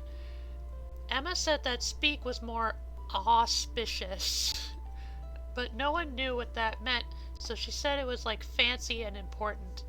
So Will agreed that it sounded more important sounding, so he said sorry, but SCP-4259 was still upset, so she untranscribable. We all tried to get her to give him back, but she kept saying wrong password and untranscribable. Emma told her that she could have the 3DS first from now on if she gave Will back, and that she would go last instead. SCP-4259 agreed, but I said that Emma could get it first if she had to leave before the end the last time. Dennis thought this was dumb, cause what if someone else didn't get a turn last time? But I told him shut up, and anyway, SCP-4259 liked the idea. Then she untranscribable again, and Will said he felt all squished. We played Animal Crossing, and SCP-4259 got to go first. I tried to get Mr. Blank to help me change the containment procedures after that, but he acted all weird, so I did it myself. This reference dates Incident 4259-B to August 19th, 2019, 2 weeks before the discovery of this report and the disbandment of Internal Task Force 259. 4 days after Incident 4259-B, the members of Internal Task Force 259 underwent a random psych evaluation. During this evaluation, William Blank showed signs of increased stress and mild depressive symptoms. The other 3 members demonstrated no irregularities in their behavior. Incident Report 4259-C. Emma said that she wanted to show SCP-4259 her cat, and when she liked her, we started trying other pets. Emma has a lot of pets, so we tried all of those first. Eventually I said we should all go and find some animals to try out. Dennis found some lizards in the woods, and I found a cricket the night before. I also asked Mr. Blank for some animals to test, and he gave us a box full of insects and a big weird snake thing. The password was waterlogged. When we got there, Dennis brought a big dog that no one had seen before. He said he was untranscribable, and had it for years and years. We all thought it was weird because he never talked about him, but he got all quiet and didn't say anything else. SCP-4259 really liked the snake thing. She let it curl around her and pet its head. Dennis was really excited to show his dog to her. Once she stopped playing with the snake, he tried to pull him into the room. Untranscribable. Didn't want to go though, and he kept whimpering and keeping outside circle. Dennis tried to calm him down, but he was real scared. So he picked him up and took him over to SCP-4259. SCP-4259 hissed in a really scary way I'd never seen and untranscribable. Then untranscribable. But he untranscribable. And he howled and ran up to SCP-4259 and almost untranscribable. But I untranscribable. Untranscribable. Untranscribable. Dennis, I'm sorry. I'm sorry, I'm sorry, I'm sorry, I'm sorry. I untranscribable. Untranscribable. He didn't want to talk to me. I tried to tell him, but he kept crying and crying and crying, and Emma told me I'd done enough. He kept saying, scribbled over. I talked to SCP-4259 last night. She said I was her best friend in the whole world. The following drawing was sent unsolicited to SCP-52 mailbox on September 4th, 2019. Oh my. The Awesome Squad shouldn't go near the body in the back corner in the big blue room.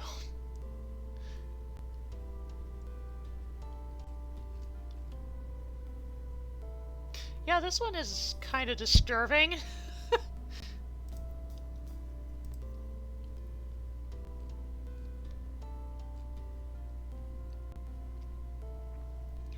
Yeah, anti-memetic, info hazard, memory affecting, meta, snake. Snack.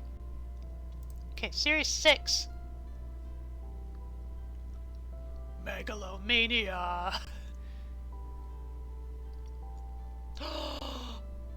Yet another murder monster. This one is so good. So good. If I don't find any more interesting sounding alternatives just by scrolling through, I'm gonna read that one. Fruit salad. Yum. Oh, goat. Or no, oh dear.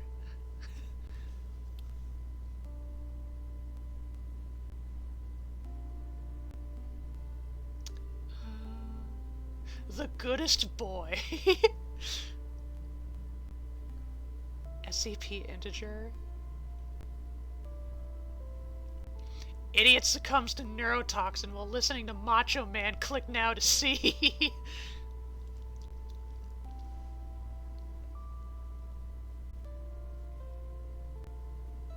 Sweet bod.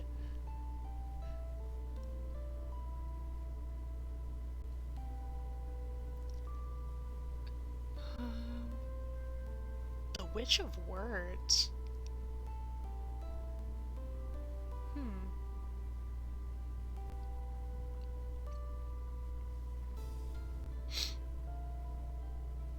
That one's tempting.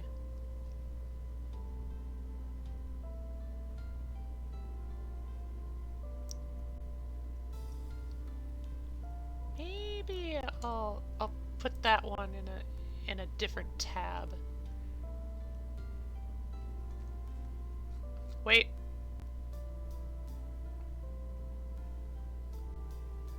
Fruit frogs. Ah. Oh, Miss J's Whiz Kids Schoolhouse. I know that one. That one's nice and wholesome.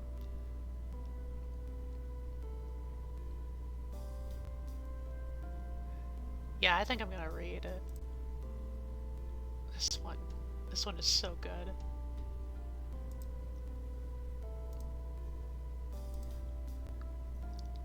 Okay. Yeah, a rating of 2,763. It's really damn good. Okay. Note, file under review. This document has been flagged for possible methodological issues. Please be aware that the following information is subject to change and may contain inaccuracies. SCP-5031.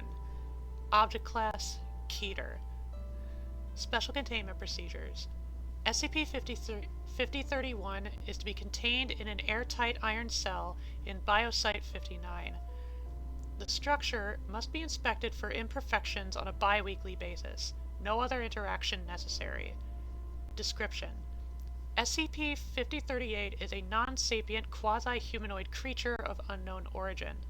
When directly observed, SCP-5031 will temporarily cease to exist until the viewer stops observing the space that SCP-5031 formerly occupied. Traces of its existence, e.g. scratch marks, blood trails, continue to exist when SCP-5031 does not. Video and photography devices do not capture SCP-5031's appearance. However, observing SCP-5031's shadow does not cause cessation of existence, allowing certain physiological traits to be inferred from its silhouette. Abnormally small head with no discernible neck, elbows branch into 3 sets of lower arms each, elongated torso approximately 1.9 meters in length, presumably for extra digestive capacity. Pelvis terminates into a crescent-shaped protrusion of osseous tissue with a blade-like lower edge, and levitates above the ground at a fixed height of 0.5 meters. While SCP-5031 has no nutritional needs, it will nevertheless hunt and consume any human or animal it encounters by using its pendulous lower body to down targets. SCP-5031 does not sleep and is incapable of expression or verbal communication. Addendum. As of February 14, 2018, senior researcher Stanley Huxtable is now acting in the role of HMCL supervisor for SCP-5031. The following is a selection of relevant correspondences from S.R. Huxtable to Site Director Yusuf Mustafi, elucidating research progress. February 14, 2018. Initial impressions. I have no idea who wrote this, but there's a lot I'd like to say to them. I'm not a fan of abandoning a living creature inside a metal box for 10 years, no matter how pragmatic it may be. It's difficult to fathom that such things were considered the norm a decade ago. Have you ever heard something scream from behind 10 inches of iron for hours on end? When I do my redraft, remind me to add anomalous resistance to hoarseness somewhere in the description. Could you work your magic and get the boys to retrofit the containment cube with an aperture and security vestibule? I'd like to run some tests that require exposing SCP-5031 to certain stimuli. March 8, 2018. Round 1 tests. Sounds. Summary. Forward. Installed speakers in the containment vestibule and played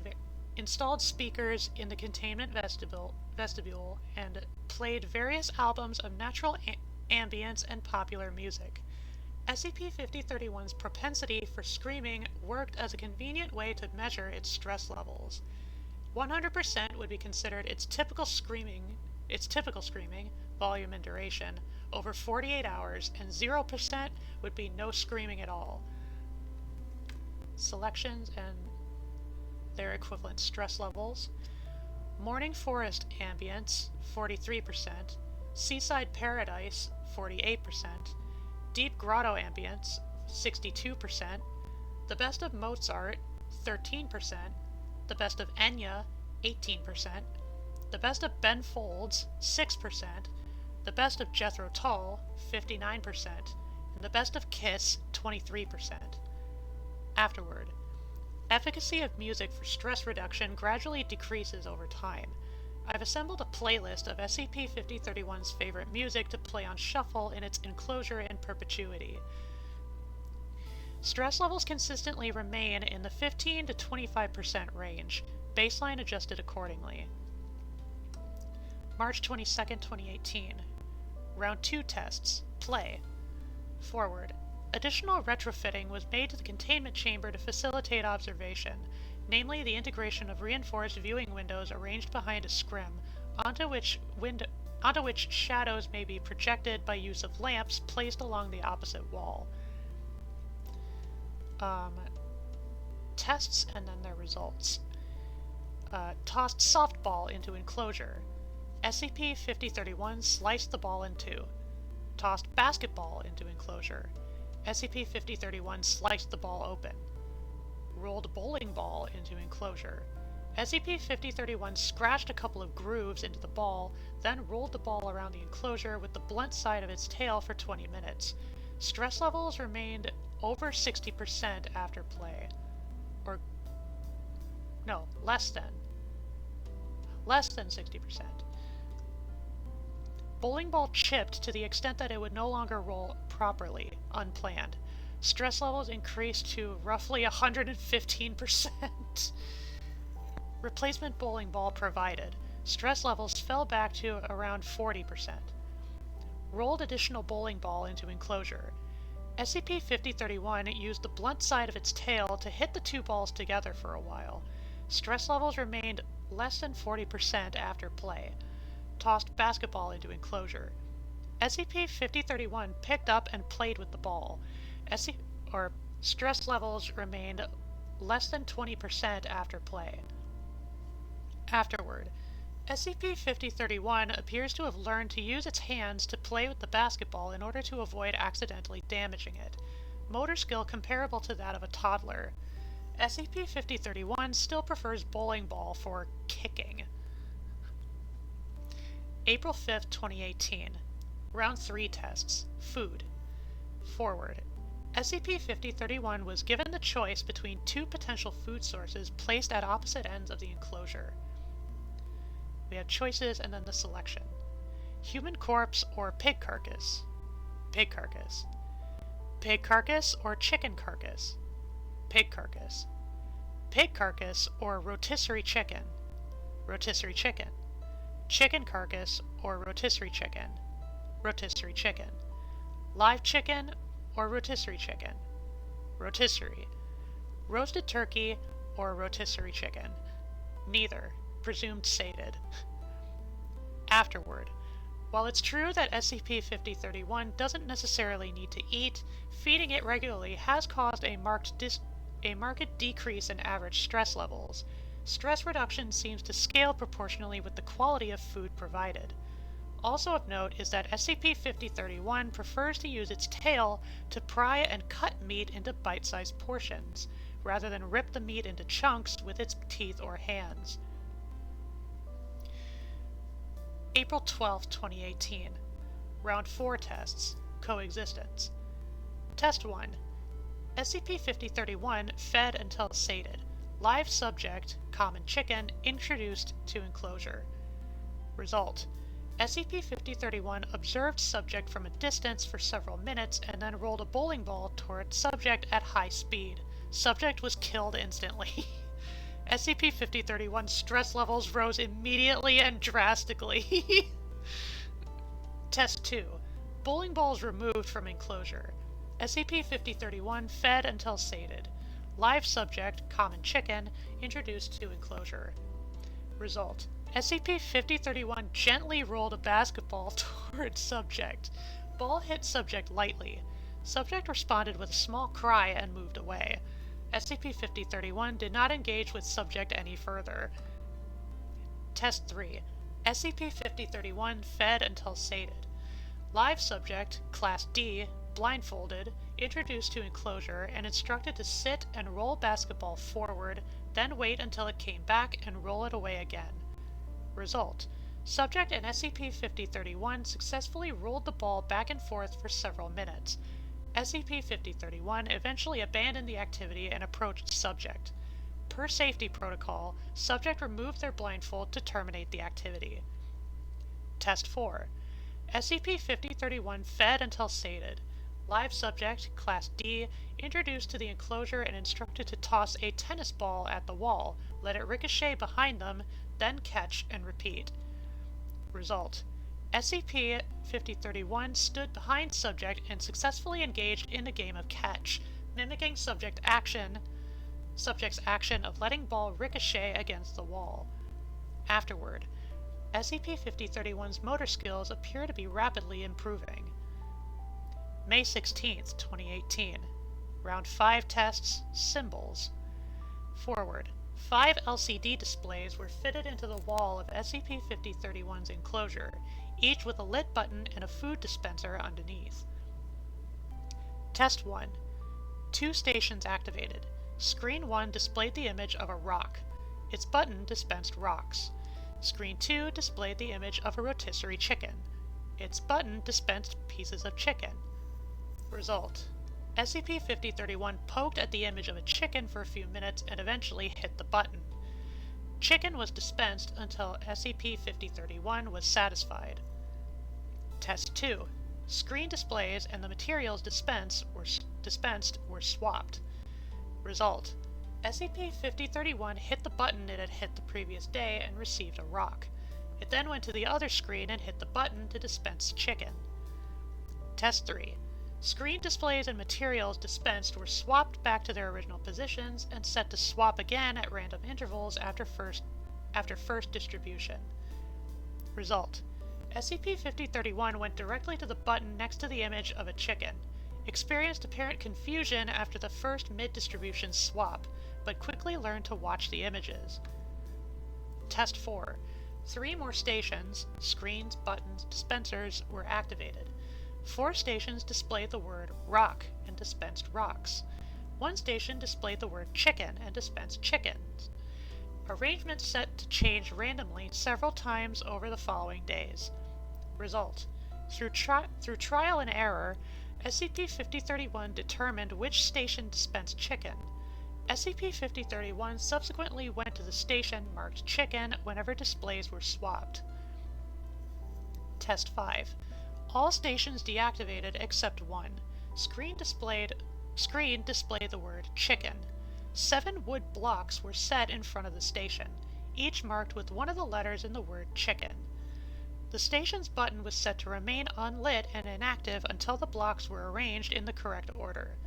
Result.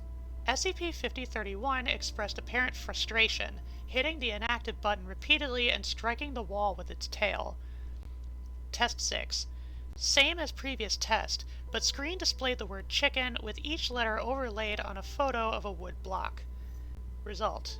After 12 minutes, SCP-5031 successfully assembled the word chicken. Afterward. It can learn language, Yusuf. August 29th, 2018. Round 6 tests, vocabulary. Forward. SCP-5031 has learned to use letter blocks to form the following words: chicken, turkey, pork, tofu, beef, bread, more salt, more pepper, more cooked, Mozart, Enya, Ben Folds, forest, seaside, white noise, more volume, less volume, silence, basketball, bowling ball, tennis ball, cat, dog, human, Robert, Stanley, alone.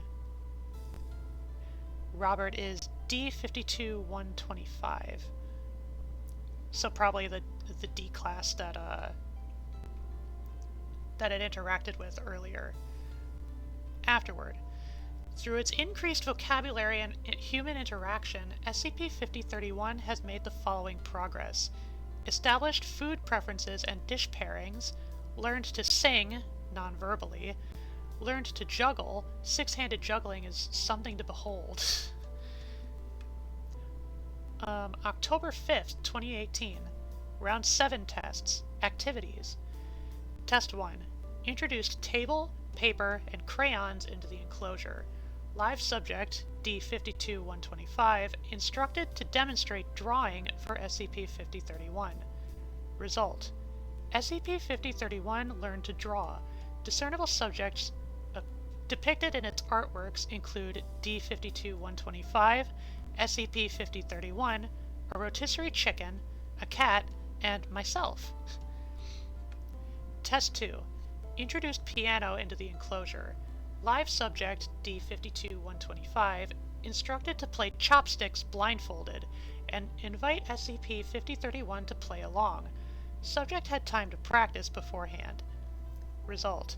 SCP-5031 learned chopsticks in 2 days, though it appeared more interested in making its own original music, complete with vocals. These compositions might be considered crude by human standards. Test 3.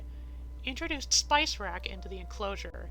Live subject, D52-125, instructed to demonstrate seasoning meats. Result.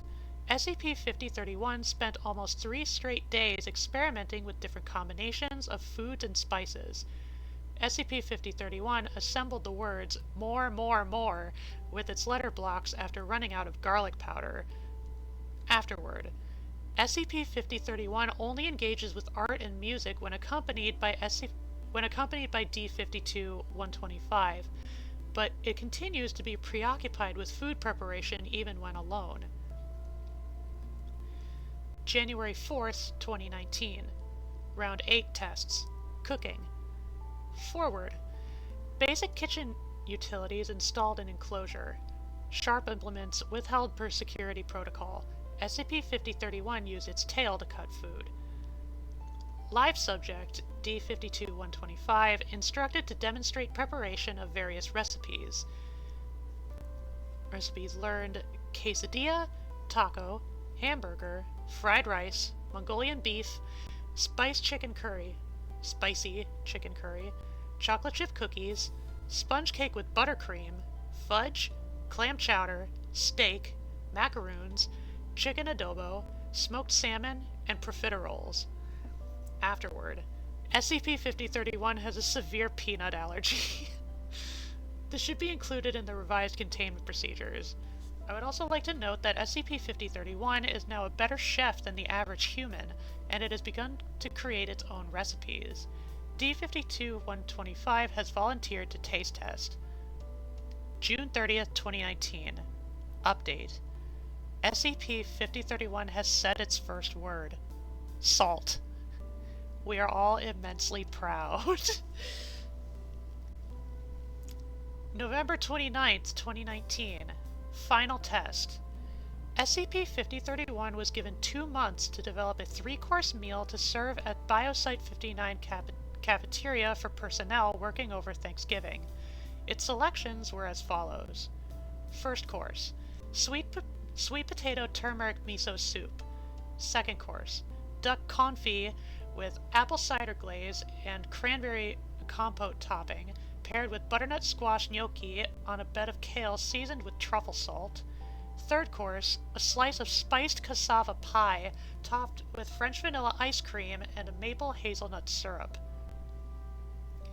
SCP-5031 also debuted its original composition, Piano Sonata for 6 Hands, in a live performance broadcast from its enclosure.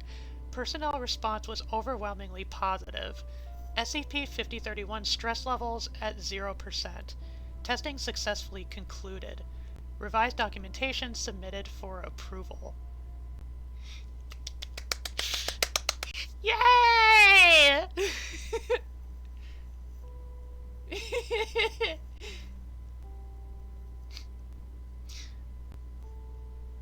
Reverse Schrodinger's cat. The thing sounds so cute and innocent. That's passing the Skinner's rat test. Yeah, this one is so lovely. And just to reiterate, its title is Yet Another Murder Monster. Which is like, it's so good! Apparently I heard that the person who actually wrote this one was actually studied in child psychology and used that as a point of inspiration. Because, like, you know how SCP is, you know how, particularly, like, older SCPs, they're all about, like, big nasty things that can kill you extra good and have no remorse in doing so, and, you know, they're treated as such. You know, and then this one just takes the concept and completely turns it on its head into a way that's super sweet and wholesome and nice.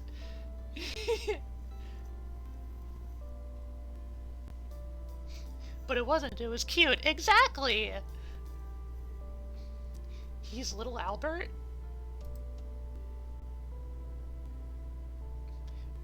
I'm not sure if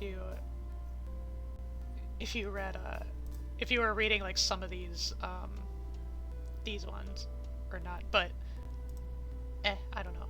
Origami Burbs. Okay. Series 6. On to Series 7. I believe we actually read SCP-6000 in the past. Oh, the Rainbow Serpent. I remember reading that one too. That one's really good. Let's see. A forest, a giant sponge, and a lot of axolotls. Senior Boom.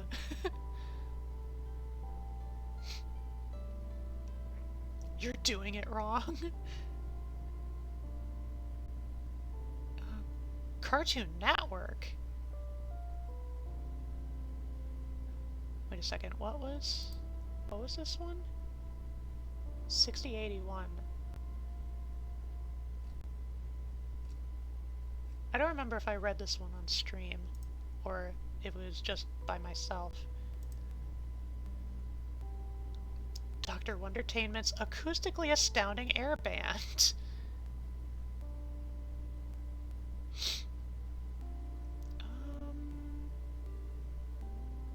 The Seinfeld.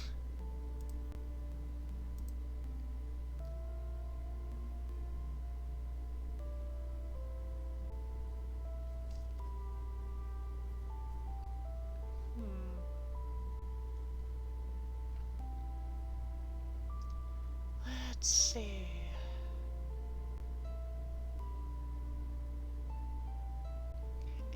Extinction.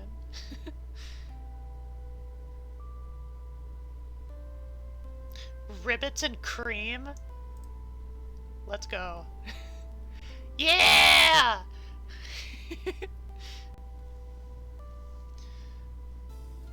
SCP-6231, Level 2 restricted. Containment class neutralized. Huh. Special containment procedures not applicable. See archived containment procedures. SCP-6231 is to be kept within a standard 20-gallon terrarium fitted with the basic needs of a regular Agalichnus calidrius.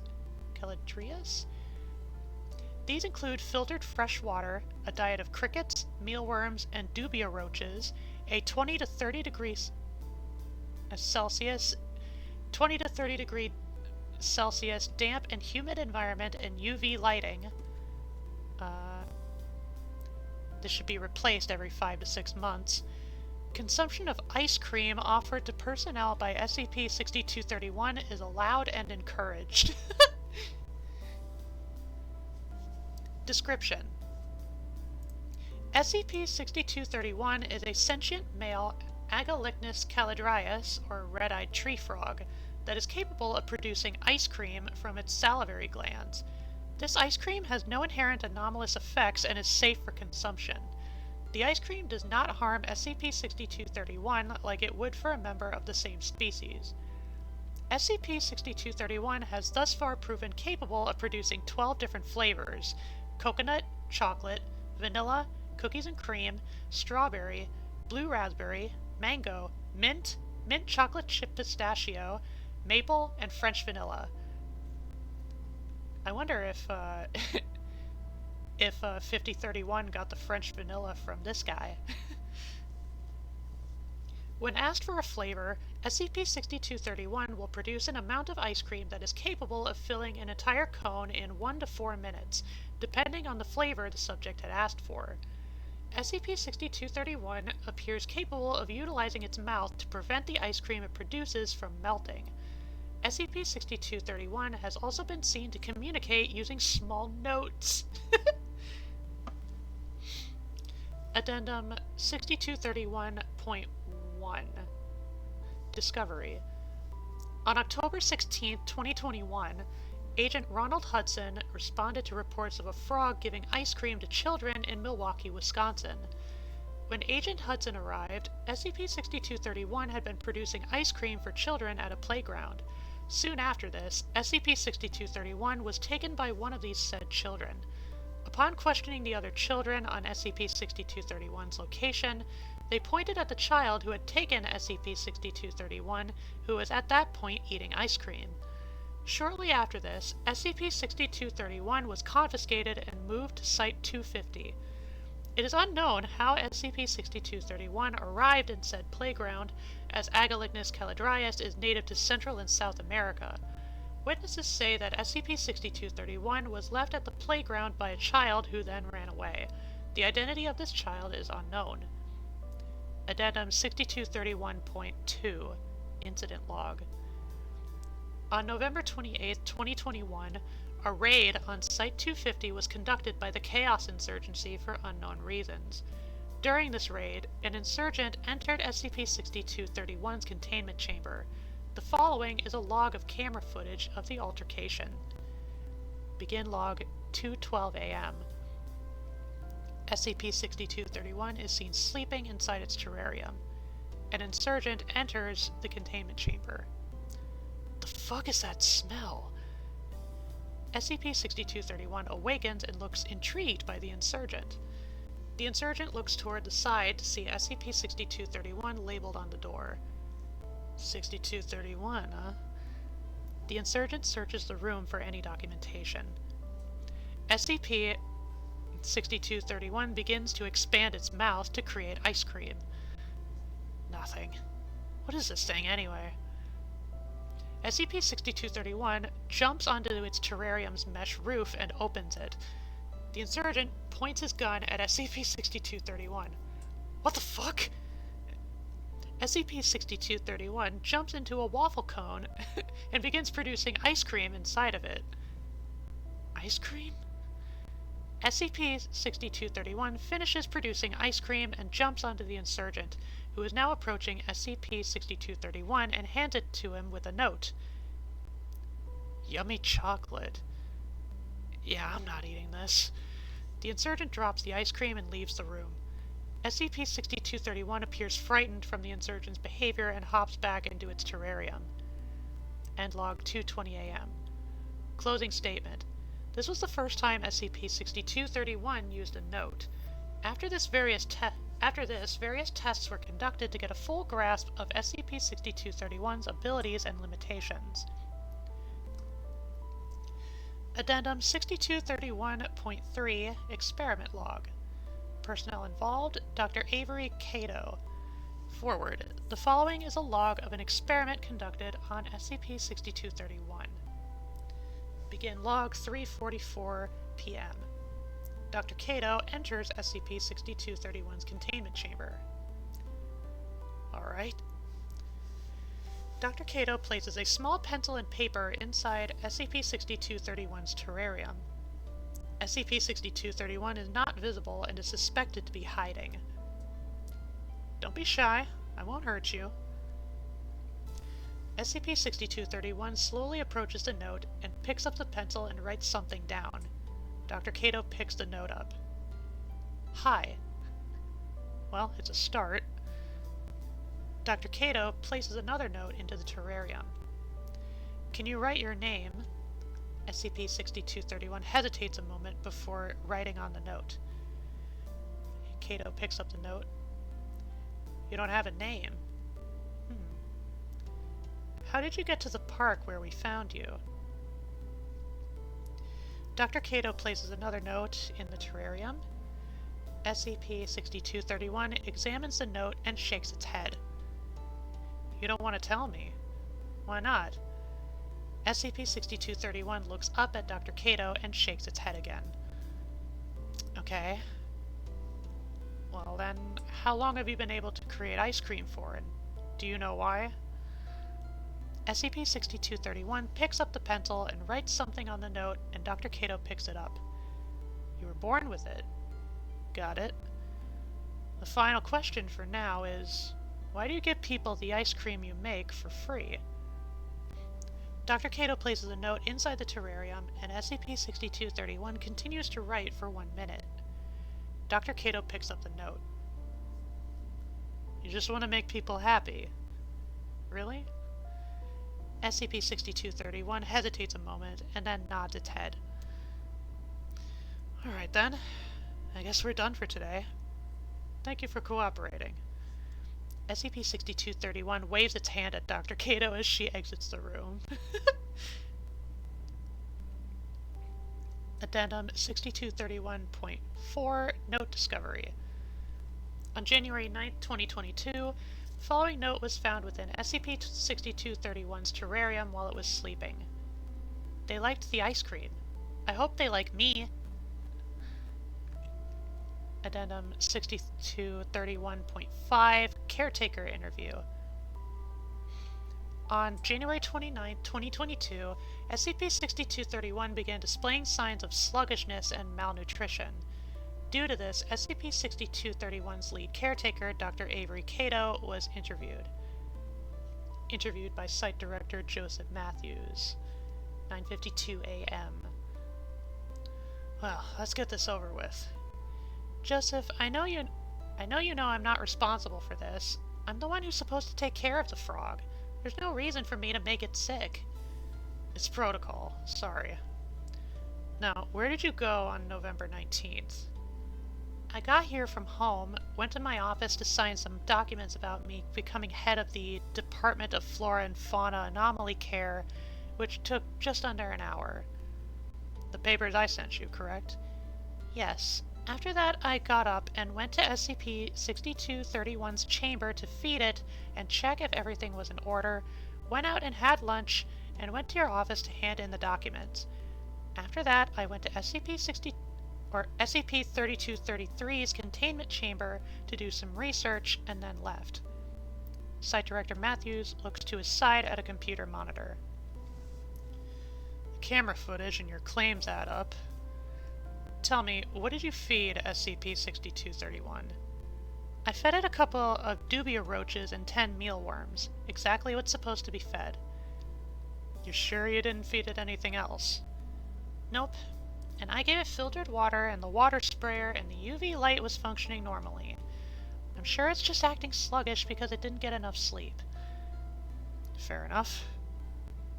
I'm sorry about this, it's just protocol I'm following. No, it's fine. If I was in your position, I would have done the same thing. Addendum 6231.6, second note.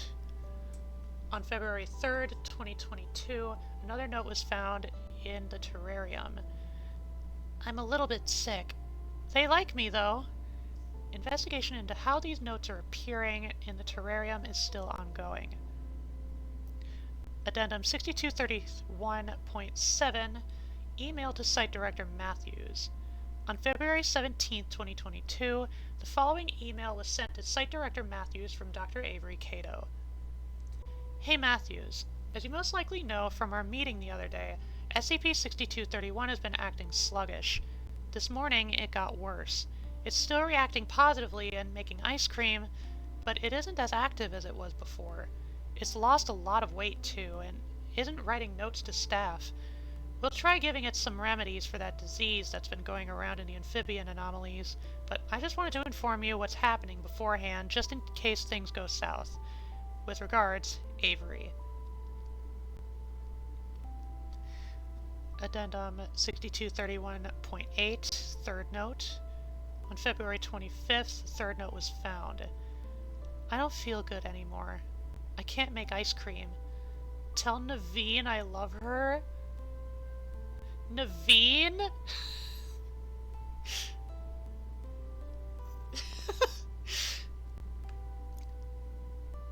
Addendum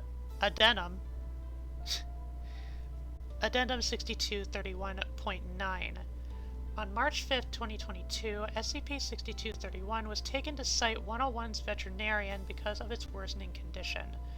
Dr. Cleo Aries determined that SCP-6231 had bacterial dermatosepticemia, commonly referred to as red leg disease, a disease common in amphibians, which had been seen in other amphibian-based anomalies before. When given the proper treatment for it, SCP-6231's condition remained the same. This is because of SCP-6231's changed anatomy from that of a regular Agolignus calidrius. One day later, SCP-6231 was transferred into the Department of Fauna and Flora Anomaly Care Unit of Site-101, and the following events transpired. Forward. The following events were recorded via surveillance cameras. 6:09 a.m. 6 researchers enter SCP-6231's room in the Fauna and Flora Anomaly Care Unit and surround SCP-6231. SCP-6231 is visually distressed in its terrarium and is watching the researchers. Dr. Avery Cato enters the room and begins examining SCP-6231. The red leg disease has gotten worse. We can try to do what we can, but at this point, we can't do much. SCP-6231 is visually stressed and begins to slow its movements. Do these doctors not know about bedside manner? Like, even for a frog?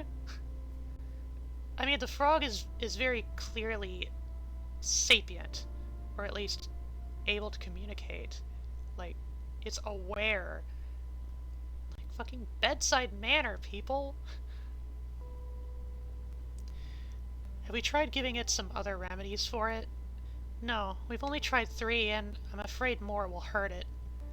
If it's going to die anyway, why not give it to help? Or why not give it to help even if it might die? If it's going to die anyway, why not give it to help? Why not give it to help even if it might die? The grammar is weird there. Unlike most people, I care if these guys die. Would you want to have a slow, painful death from the humans that contained you in the first place, or be saved by them? Both the researchers are silent. Yeah, I thought so. Now, is there anyone else who has ideas?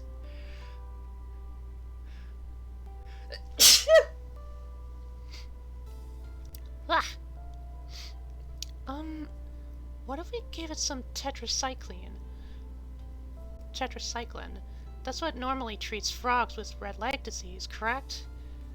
Good idea, but that could cause side effects that we don't want to risk affecting the frog. Anyone else? SCP-6231 looks like it is producing ice cream, although none of the researchers acknowledge this. Have we taken into account what caused the disease? Yes. Well, no. We don't know what caused it. Have you even looked into that? That should have been the main concern. I did think about it, but never got approval from Site Director Matthews. So you didn't. Oh, fuck off, James. Anyone else other than him? By the way, we will look into how it got the disease. SCP-6231's mouth begins to expand while it looks around at its terrarium. Dr. Cleo appears to spot SCP-6231 producing ice cream. Wait, I think it's making some ice cream. Dr. Cleo points at SCP-6231, which is producing ice cream in several waffle cones. All personnel turn toward SCP-6231, which has completed filling 5 ice cream cones. What? SCP-6231 finishes producing the ice cream of varying flavors, handing them out to the personnel, then jumping into Dr. Cato's free hand and stopping its movements before dying. All personnel are silent while Dr. Sanchez and Dr. Connor leave the room. Dr. Cato continues looking at SCP-6231's inanimate body.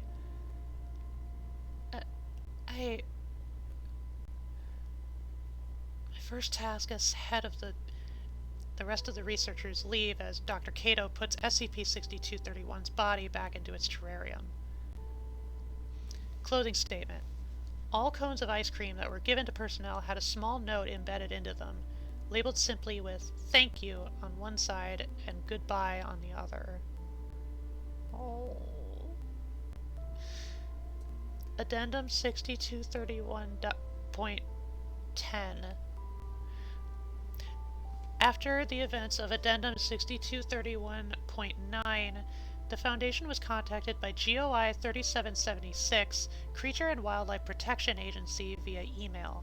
The following is an email sent by an unknown CWPA member to Agent Hudson.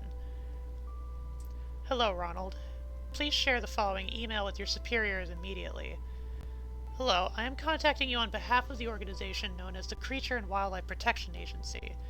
You may know us through Agent Lou, an agent of ours who is unfortunately in your containment. I have contacted you today to inform you of another agent of ours in your containment. Agent Styx is a loyal member of our organization. Now, following Agent Styx's death, we would like to thank you for caring for him. He was the one that volunteered, knowing he wouldn't make it back in one way or another. He had to say goodbye to his family and friends for the last time, and I know that must have been difficult. He just wanted to make people happy with his ice cream. Now that we have gotten to know how your organization functions internally and your motives, we hope we can get on friendly terms. We will be contacting you again shortly for the conditions of these terms and to tell you a little bit about our past.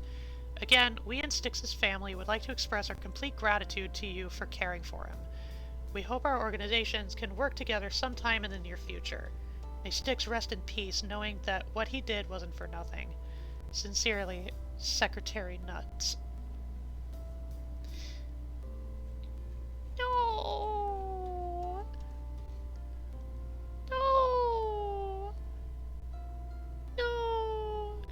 wanted to make ice cream. No!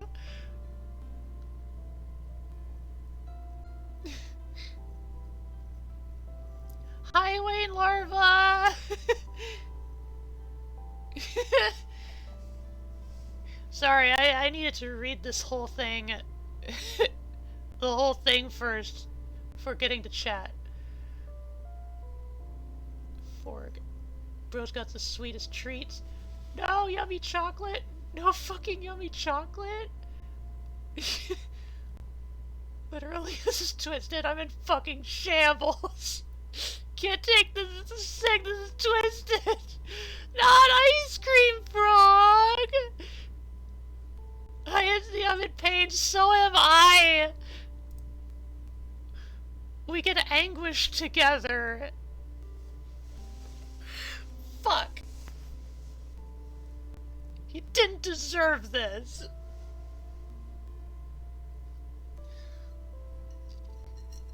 Munches my barbecue chips in upsetty spaghetti.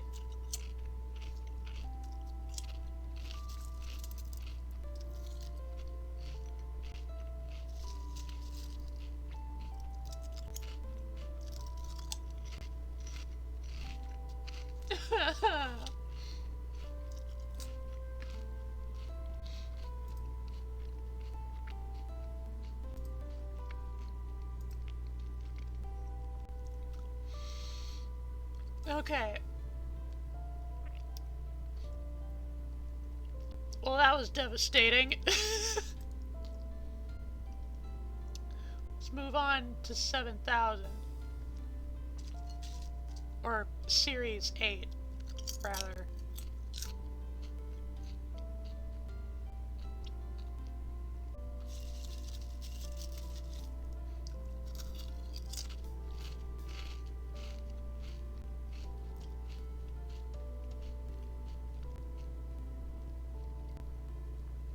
Prince with 1,000 enemies. Did I read this one on stream?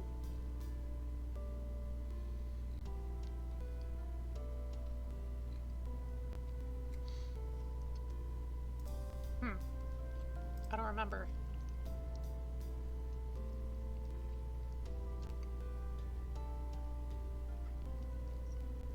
I recognize some of these titles based on,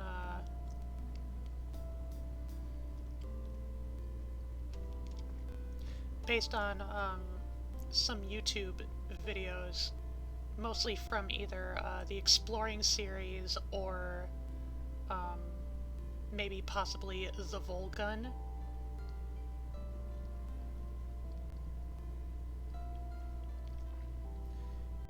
Let's see.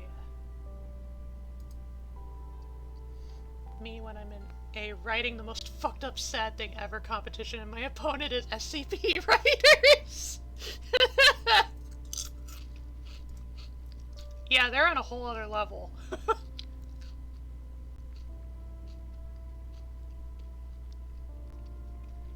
The Man Maker?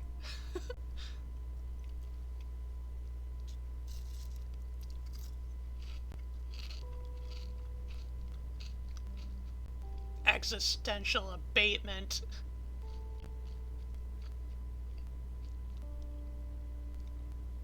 This spot hasn't been taken yet.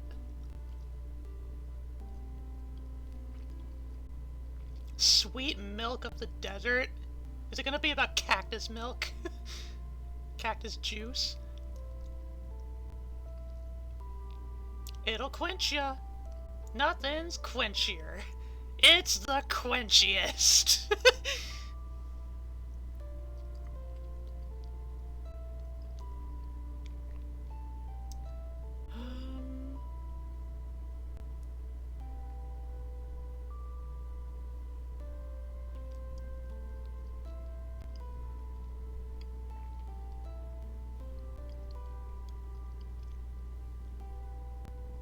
Screamy.aic. The poor get poorer? Oh god.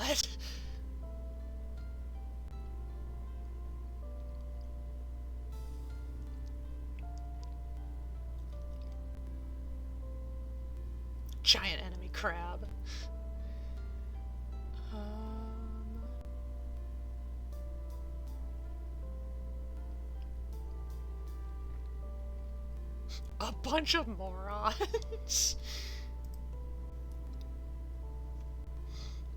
Barbecue chips are fucking delish now. I wish I had some. Yeah! The man maker, aka whoever's giving out the DIY testosterone on the internet. Real heroes don't wear capes.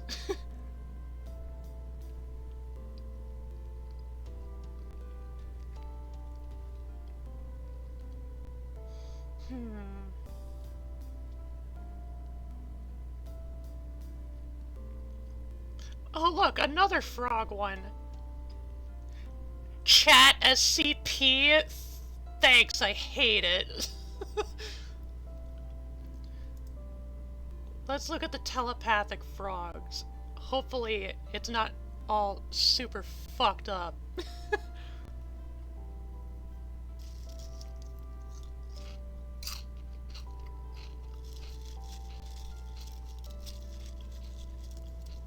Okay, well, it's taking its sweet time.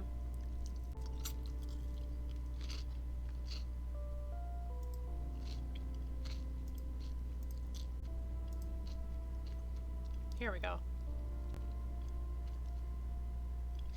Look at him! It's Frog Night! Who's ready to cry? Okay, one more chip.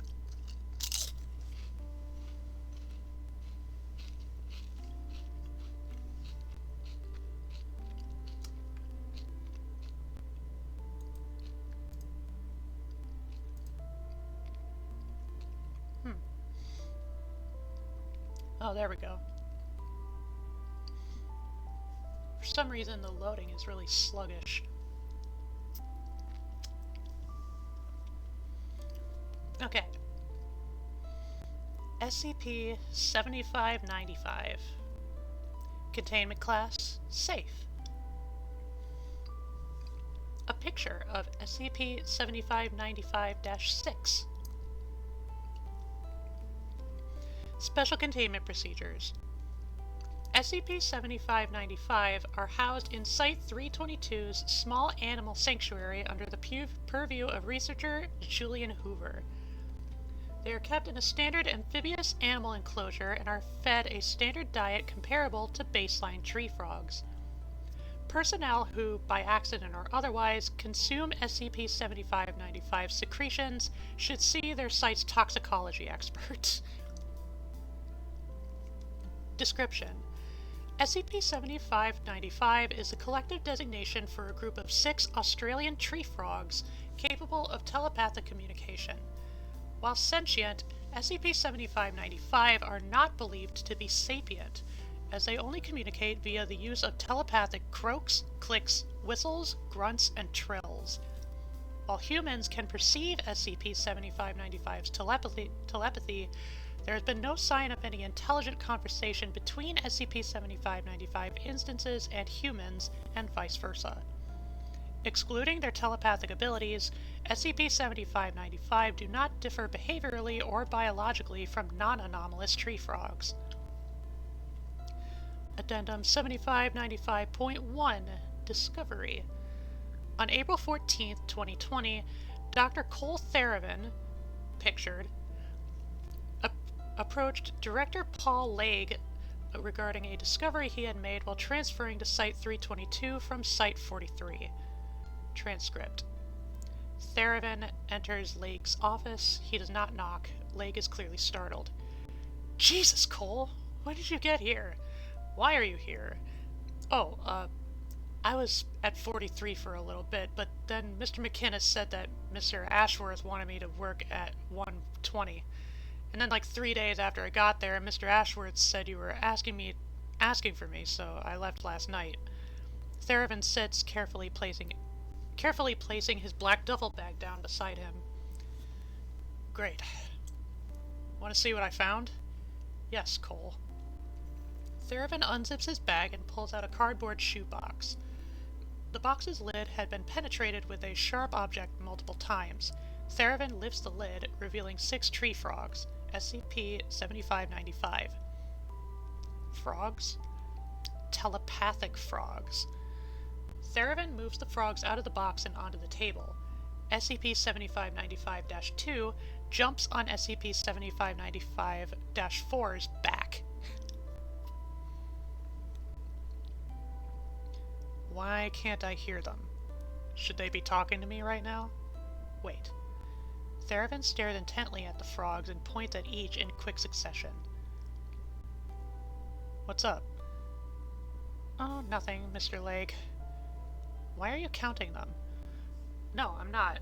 Just making sure they're all accounted for. Cole, are you missing a frog? No, Mr. Leg. Everything's all good here. What were you saying? Them talking, right? I have some food. Watch. Theravin reveals a small tin of mealworms. He pulls a worm out, spilling oats in the process, and places it in front of the group of frogs. Here, just watch. This is really cool. The mealworm writhes. SCP-7595-1 lunges at the bug, missing and colliding with the table. Possibly believing -1 had the mealworm, -6 lunges at -1 and attempts to bite its face. In the ensuing struggle, -3 successfully eats the mealworm, and -1 telepathically screeches. Wait. Let's rewind. Do these things talk? No. They're frogs. They ribbit, but telepathically. Why would they talk? So they're literally just frogs. There's nothing else going on other than telepathy they use to ribbit to each other? Yes. Want to see something else really cool? I call it frog in the hole. It's normally toad in the hole, but Cole, I'm an incredibly leg-sized, then pauses for a moment. Sure. Theravin opens his mouth, sticks his tongue out, and places a mealworm on his tongue before lowering his head down to the table. SCP-7595-5 notices and bounds towards Theravin's gaping maw and hops onto his tongue, retrieving the insect. Theravin vocalizes twice. The frog responds with 2 telepathic croaks and exits Theravin's mouth. I don't like the taste of those worms. That's very cool, Cole. You can go ahead and bring your findings to Researcher Hoover on the 4th floor. I'm sure he'd be very happy to help you. Sweet! Thank you so much, Mr. Leg. I'll see you soon. SCP-7595 were placed in a large amphibian enclosure under the purview of Researcher Julian Hoover. Leg also encouraged staff to observe SCP-7595 and watch Theravin perform tricks with the frogs.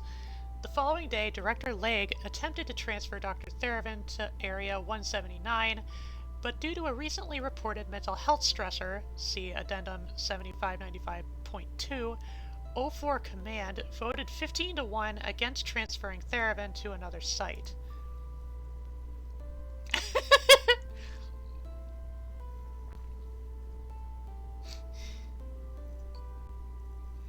I love small animals. Sending the bros some glurps and peeps. Beams of frightened screech into your mind. All mealworms do is writhe. Put on this earth to undulate. Gee, the telepathic screech, I fucking called it. Bitch, what the fuck? Get that word out of your mouth.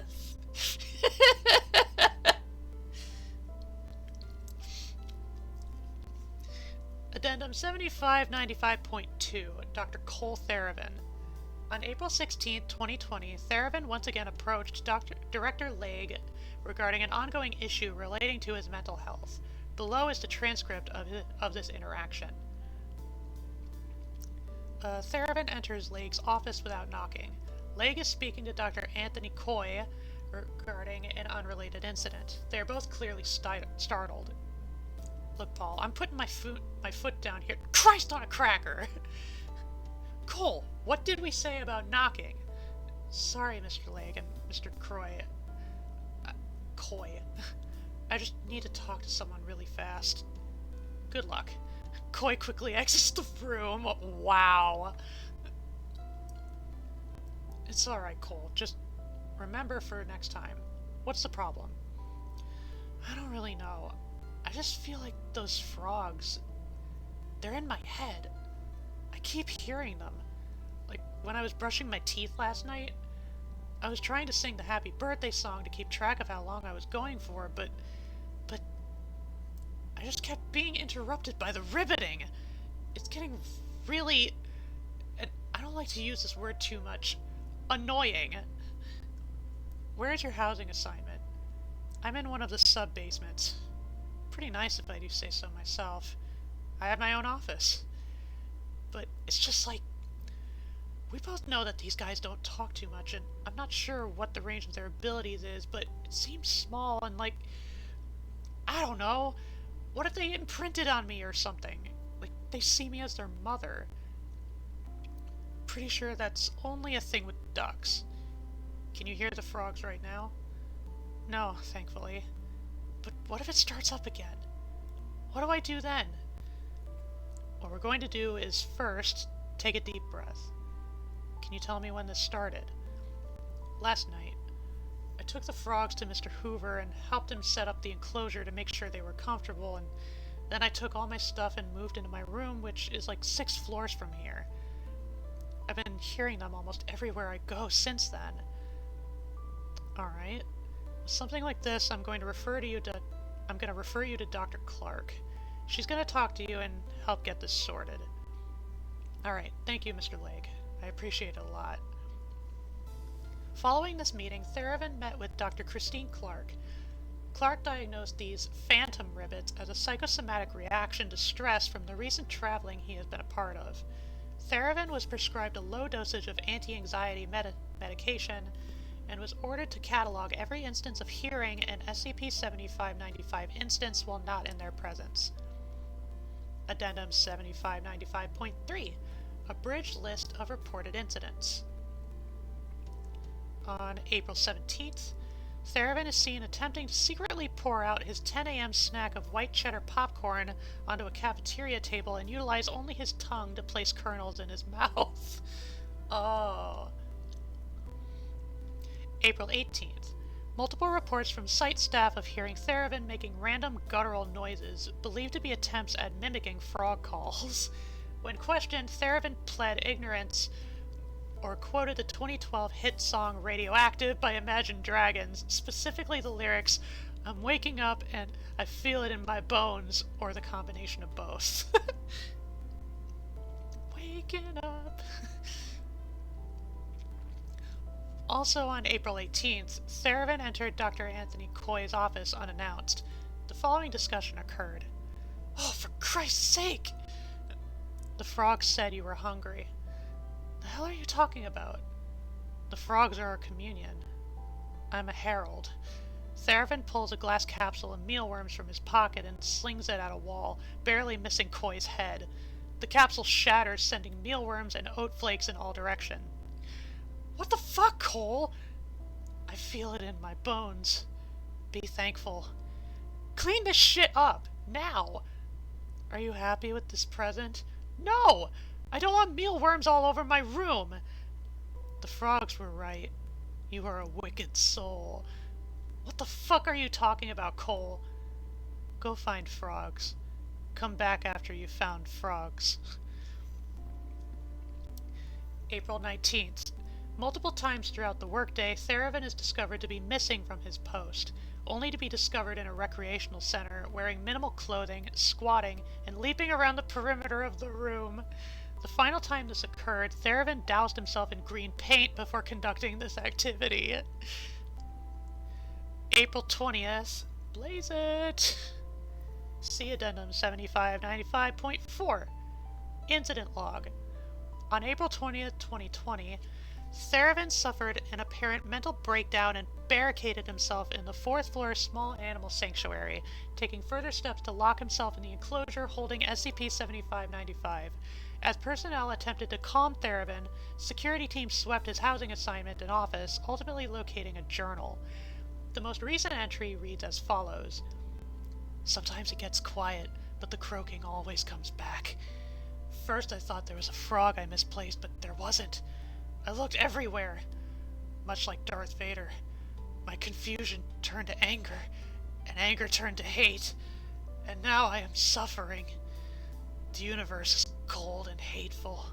My friends know I never use the H word, but Here I have no other choice. I know the truth now. This isn't all in my head. I'm becoming one of them. I can't understand anything Miss Clark or Mr. Lake tell me. I don't belong in this world, at least not as a human. I am meant to jump, and fling my tongue at small insects, and swallow using my eyes. I should be green and smooth and cold-blooded. I should be riveting and chirping to my heart's content. This croaking in my head is not a curse. It's calling me to my true purpose. I, Cole Theravin, am a frog. This entry was delivered to Dr. Lake, who was handling a dialogue with Theravin through the site's telephone system.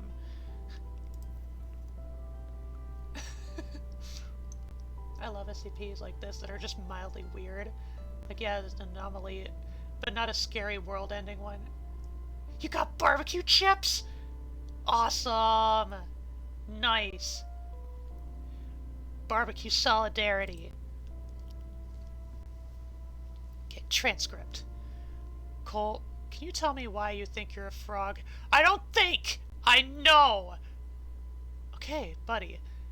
Take Theravin interrupts Lake with a long guttural noise, assumed to be an attempt at mimicking a frog's croak. Oh. Wow. Alright. When did you realize you were a frog? It's the only thing that makes sense.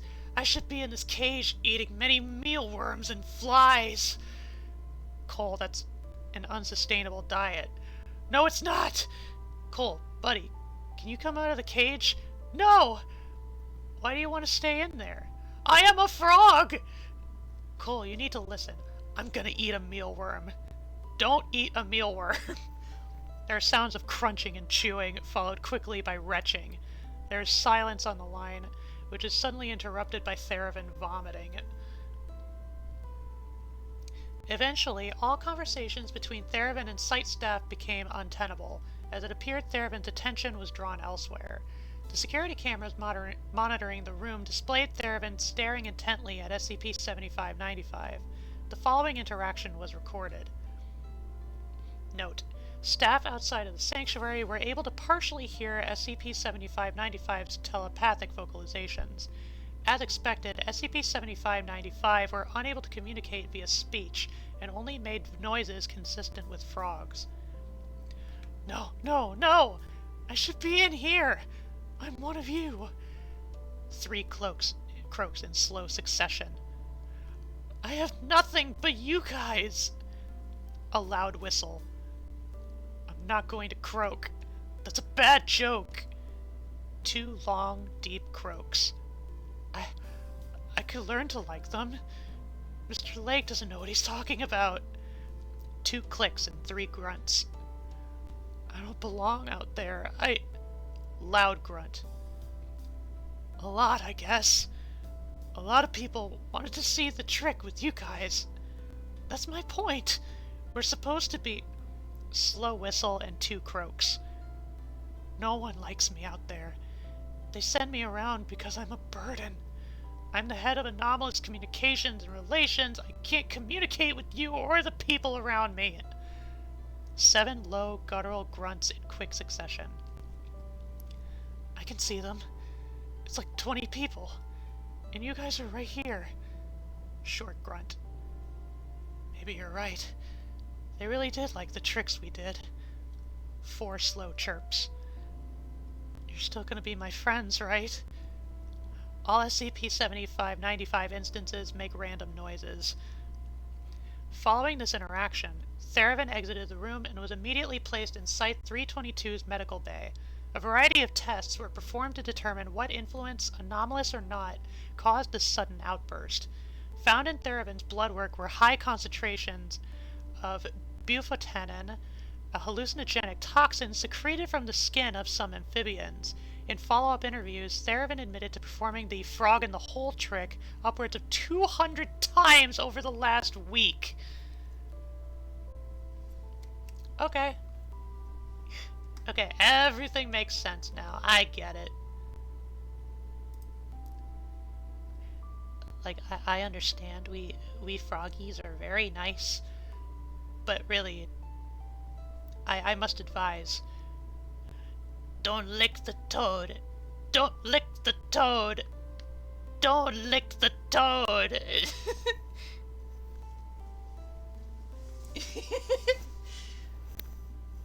Cool fucking entry. Hell yeah.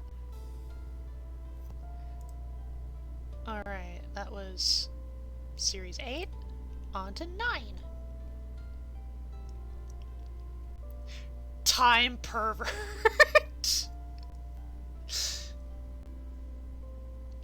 Build your dreams one brick at a time. Who looked at that one? A painting and fireworks. Hinky Punk. Again, I don't remember which ones I've already read on stream versus which ones I just looked at in my own time. And this one is still very in the midst of being filled out, so there's a lot of empty spots.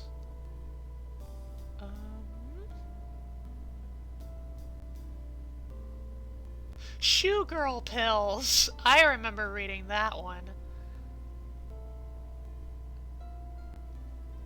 I'm President of the United States, and I'm not gonna eat any more broccoli. Okay.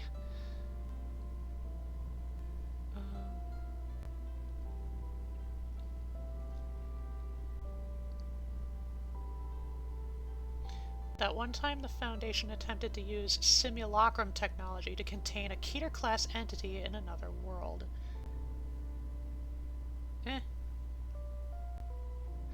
When dreams come true, the howling faces hiding places. Do not look directly at a solar eclipse. That just reminds me of an EAS scenario video that I really liked. It was basically just called Do Not Look Up. It was really well made, but instead of a solar eclipse, it was a supernova that you could see with the naked eye. And it was really creepy and good and cool. Affordable healthcare actor. God. Santa baby. Selenophobia. Hedonophobia. Carnal rotting. A pattern that screamed.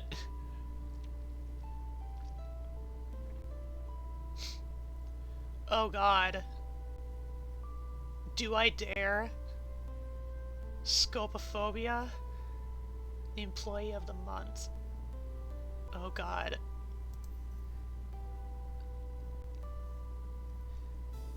This all wouldn't have happened if we stopped putting live mealworms in our mouths. What's wrong with looking up? In the video, in the EAS scenario, which by the way, EAS stands for Emergency Alert System. Basically, there's like a subgenre of like analog horror specifically done through fake emergency alert system broadcasts.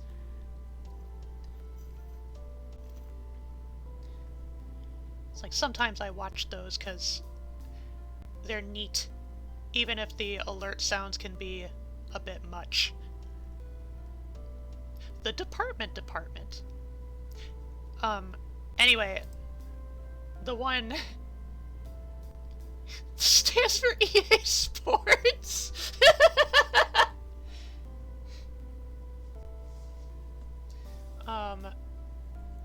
But like in the one I was talking about in particular, basically, you know, there was a supernova that could be seen in the naked eye, like in the night sky, like it would be visible for some stretch of time, but through unknown means, like mysterious, horrifying circumstances, basically anyone who looked at the supernova would just remain frozen, standing in place until they died, and they were perfectly conscious all the way through. It's like they would continue just standing and just staring and doing nothing else. And they would just stay like that until they perished. And it's like, I picture that in my mind, and it's like, you know, apparently, like, in the scenario, like, thousands of people were doing this. It's like a boiled one type deal. Yeah, kinda. Yeah, just like utter paralysis, and you're just doomed to stay that way until, like, you die of starvation or something. And it's like, you know, being an outside observer, like, that's fucking horrifying. I love you, the boiled one.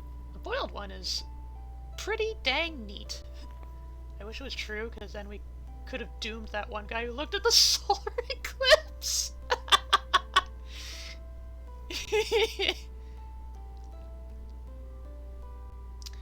Anyway, I'm going to check if this one might be cool to read. Hopefully there's no...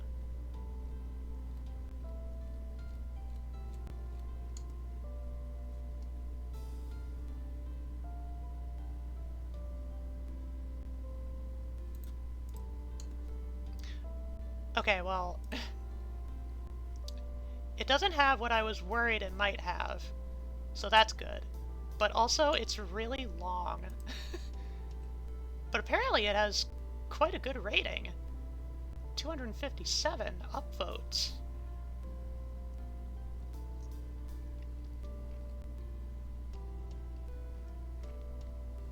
Yeah, maybe not this one. Maybe some other time.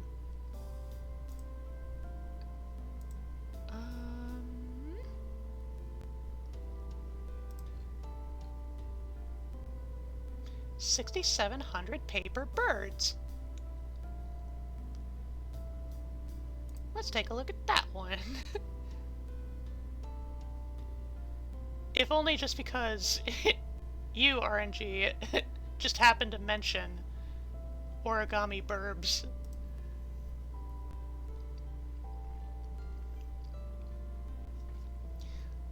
Long one's good. The thing is, I have another SCP article that I wanted to look at tonight, and I'm gonna save it for last. So it's like I don't want to get too late reading these. But anyway, Tactical Theology, Inveniat Novum Numen. So this is probably like a page from either a group of interest or like a particular canon. Anyway, SCP-8675, Object Class Neutralized. Special Containment Procedures. SCP-8675 instances worldwide are to be monitored. Given the large quantity of instances, containment is not feasible at this time. Embedded Foundation personnel within worldwide communities are to trace the sightings and migrations of SCP-8675 instances globally. Instances captured by Foundation personnel are to be transported to Site-58 for further analysis. Description: SCP-8675 refers to a flock of 6,500 paper birds. Each individual instance is different, but all appear intentionally created. They can be comprised of different types of paper with various designs, colors, or writings on them, and various folding or drawing styles. When exposed to open air or in the presence of other SCP-8675 instances, the entities behave in a pattern much more similar to that of wild birds. This includes migratory and flocking behavior coordinated over long distances. SCP-8675 instances are capable of flying without displaying fatigue and can sustain flight in conditions that would normally be hazardous. Addendum 1. On January 4th at 10:48 a.m., Site-58 experienced a disturbance when a pink SCP-8675 instance flew into the hallway from the office of junior researcher Salam Narjeen, who entered the corridor soon after, attempting to capture the bird. These efforts subsisted for 25 minutes until junior researcher Cooper managed to contain the SCP-8675 instance using an empty Tupperware container. Note that the bird was found to possess two names on it. One was the name of Salam Narjeen. The other was a name of a deceased 5-year-old, whose name has since been redacted. Junior researcher Narjeen was escorted to a secure interview room for a debrief. Forward.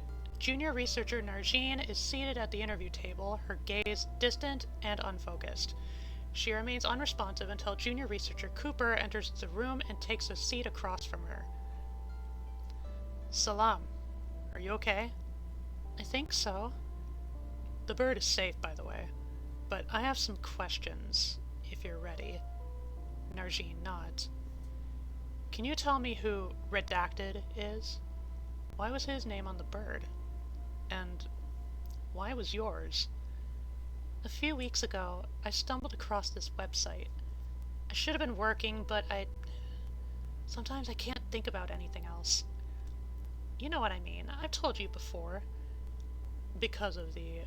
Narjeen opens her mouth to interrupt Cooper, but nothing comes out. Instead, her eyes glisten in the fluorescent lighting as tears threaten to spill.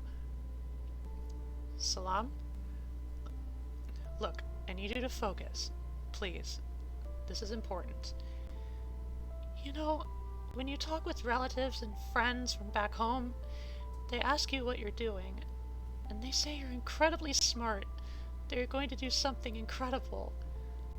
But the part that goes unsaid is that your family got out.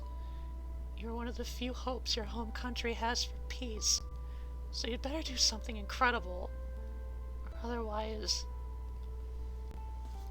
And how does that explain your humanitarian arts and crafts project manifesting anomalous properties?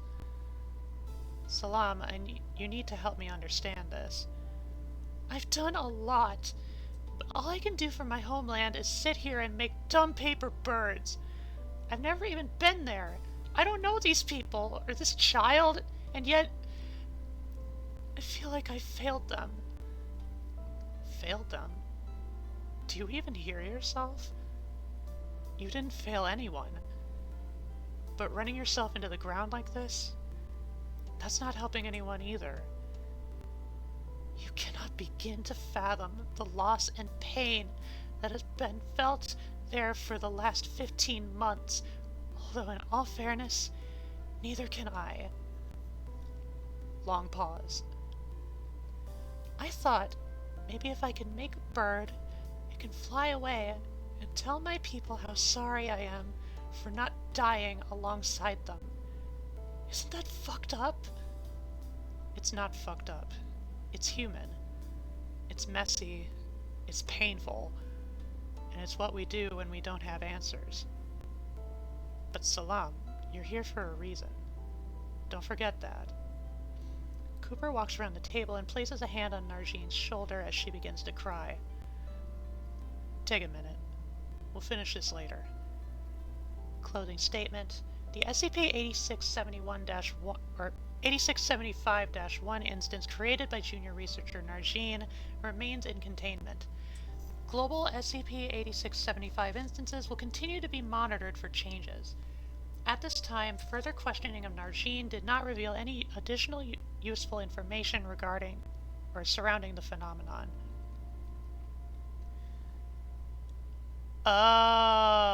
Uh-huh. Yep. Okay. That's what I was thinking, but... Alright. Addendum 8675-2. On January 15th, 2025, a ceasefire was declared along the Gaza Strip after 467 days of conflict. This marked a worldwide change in the behavior of SCP-8675 birds and flocks, including previously inanimate and stored instances.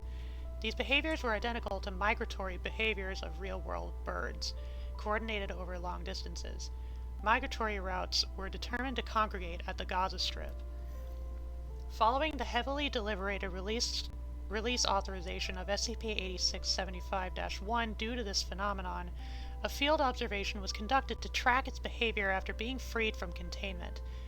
The instance was released near the Gaza Strip and tracked via remote-controlled drone as it joined a larger group of SCP-8675-1 instances. Junior researchers Narjeen and Cooper were permitted to monitor this event. Salam. Yes? You mentioned something about a website, I believe, when we first talked about SCP-8675.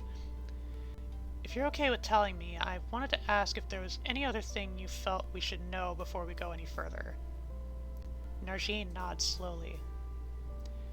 Good a time as any, I suppose. 1304.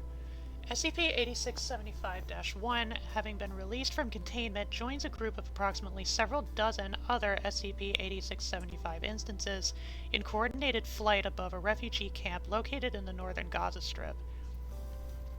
The camp is densely populated with displaced humans and livestock. Below, individuals on the ground appear initially unaware of the presence of SCP-8675 flock overhead, with many focused on collecting flour that had spilled from their bags onto the street following recent aid drops. A significant portion of the population is observed in a kneeling position, attempting to gather the scattered supply from the ground despite its contamination. Approximately 15 SCP-8675 instances descend and begin pecking at the grain alongside the refugees. I told you before that I can't focus sometimes because all I can think about is Palestine. Well, I stumbled upon this site, and there was a kid on there, just 5 years old, and no one else had made him one yet. Narjeen chuckles. It was impulsive. I grabbed some post-its from my desk, sketched something quickly, and folded it together. I thought I'd just put it away, but as soon as I finished, I looked away, and it was gone. And you know the rest. 1306. The flock moves towards a nearby building, now reduced to rubble, with debris dispersed across a large field behind the remains of the structure. No signs of human life are detected in the area. Despite this, 17 SCP-8675 instances descend and position themselves in rows of 5 within a small section of the rubble. The remaining instances continue in formation, passing over the site. Subsequent analysis confirmed the structure to have been a former schoolhouse. Do you have any idea why it came to life? Grief, perhaps? Or memories? Just the devastating idea that there was a child who didn't get to grow up to be something other than a genocide statistic. So, your theory is that it was the child's spirit? I didn't make the bird as a vessel for some poor dead kid's soul. Muslims don't believe in ghosts or reincarnation or anything like that. I instead made it as a kindness. You know? The kindness of saying he existed and his life was precious, and that his story was felt outside the now cruel corner of the world where they live. 1309. The flock shifts its flight path again toward a nearby residential area. Several houses are visible, many of which are severely damaged or destroyed. SCP-8675-1 is observed gliding toward one particular house with a collapsed roof. The bird approaches and enters the house through a large broken window on the second floor. Now that I think about it, Ya Allah, it's not even a true kindness. Barely an acknowledgement. Just a paper bird with a dead child's name. She scoffs bitterly. And I'm just throwing it out into the world, hoping it makes someone feel better. Salam. Narjeen's eyes well up with tears, though she doesn't cry. 1312. Inside the house, dust is suspended in the air, slowly settling over the furniture and debris. A thin layer of dust coats every surface, indicating the house has been abandoned for an extended period. Scattered remnants of personal belongings are visible, including disheveled toys, broken picture frames, and fragmented decorations. Exposed rebar is evident in several areas, suggesting structural collapse. The room appears to have been abandoned suddenly. The only recent sign of human inhabitation is the phrase... I'm not sure what that says. I can't read it. Drawn in the dust covering a painting still affixed to the wall. It's not like I know this kid. I don't know any of these kids, but it doesn't matter that I don't know them because someone does. Someone did, and I just can't stop thinking about how unfair it all is. And that makes me want to imagine a different reality for him. For a little while. A reality where the children went back to their families. Where they stayed in the clouds just long enough and then came back down to draw on the walls, break vases, and refuse to go to sleep because they were so happy to be home. 1317. SCP-8675-1 flies into an adjacent bedroom. The room contains 2 beds, placed at opposite ends of the space. The bird makes several laps between the bedroom and house, inspecting what remains. One bed is visibly damaged, its frame bent and mattress torn, while the other remains relatively intact, with a pillow still positioned neatly at the head. SCP-8675-1 settles onto the intact bed's pillow and ceases movement. I believe the children are in the clouds, but I know they're not coming back. 1339. SCP-8675-1 remains stationary on the pillow, offering no further signs of activity. End log. All known SCP-8675 instances return to specific locations along the Gaza Strip, predominantly school buildings and residential homes. Upon arrival, all SCP-8675 instances ceased movement. A subsequent survey of inanimate SCP-8675 instances conducted by Foundation personnel revealed that the number and distribution of the birds corresponded roughly to the 6,750 Palestinian children who had perished as a result of the Palestine-Israel war. I wish children didn't die. I wish they would be temporarily elevated to the skies until the war ends. Then they would return home safe, and when their parents would ask them, "Where were you?" they would say, "We were playing in the clouds." Ghassan Kanafani.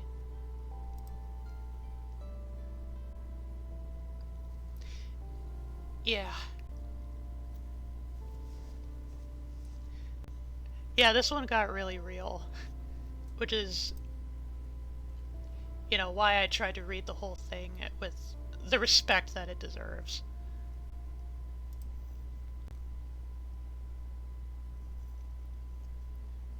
Hashtag we reading till dawn. The Vatican's branch of SCP. Let's find a silly one, maybe. Perhaps. Oh, this one is longer than I thought. I'm gonna...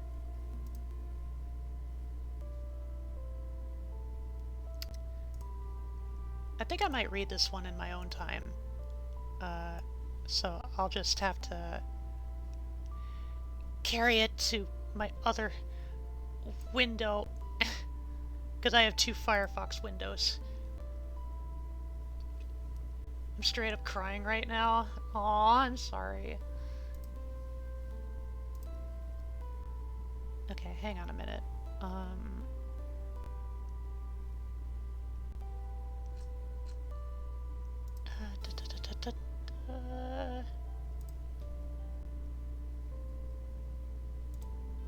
Firefox, the furry of browsers. So good. I really hope it brings more awareness to what's going on in Palestine. Yeah. And for the record, like the quote at the bottom is actually a link that leads to a website called birdsofgaza.com. So, in a way, it's actually real.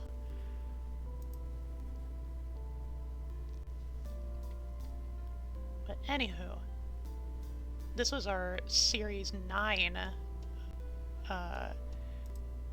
read, so now we loop back to the first one. Let's see. Series 1. Series 1. What would be a good palette cleanser?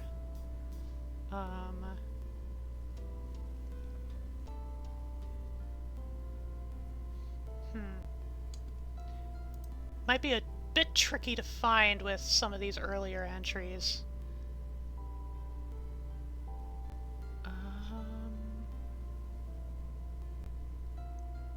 A spoon that bends people? Oh, the never-ending pizza box! That one's good. It's literally exactly what it says on the tin. Generates endless pizza. Any kind you want, too. The reluctant dimension hopper, that one's really fun. Like, just really fun to read through. Bundle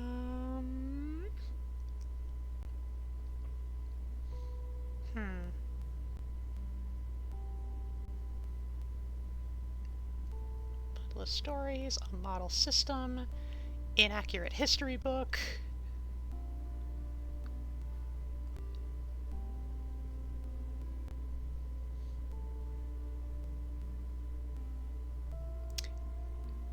Here, let's take a look at 609. Dr. Wondertainment's ontological six balls.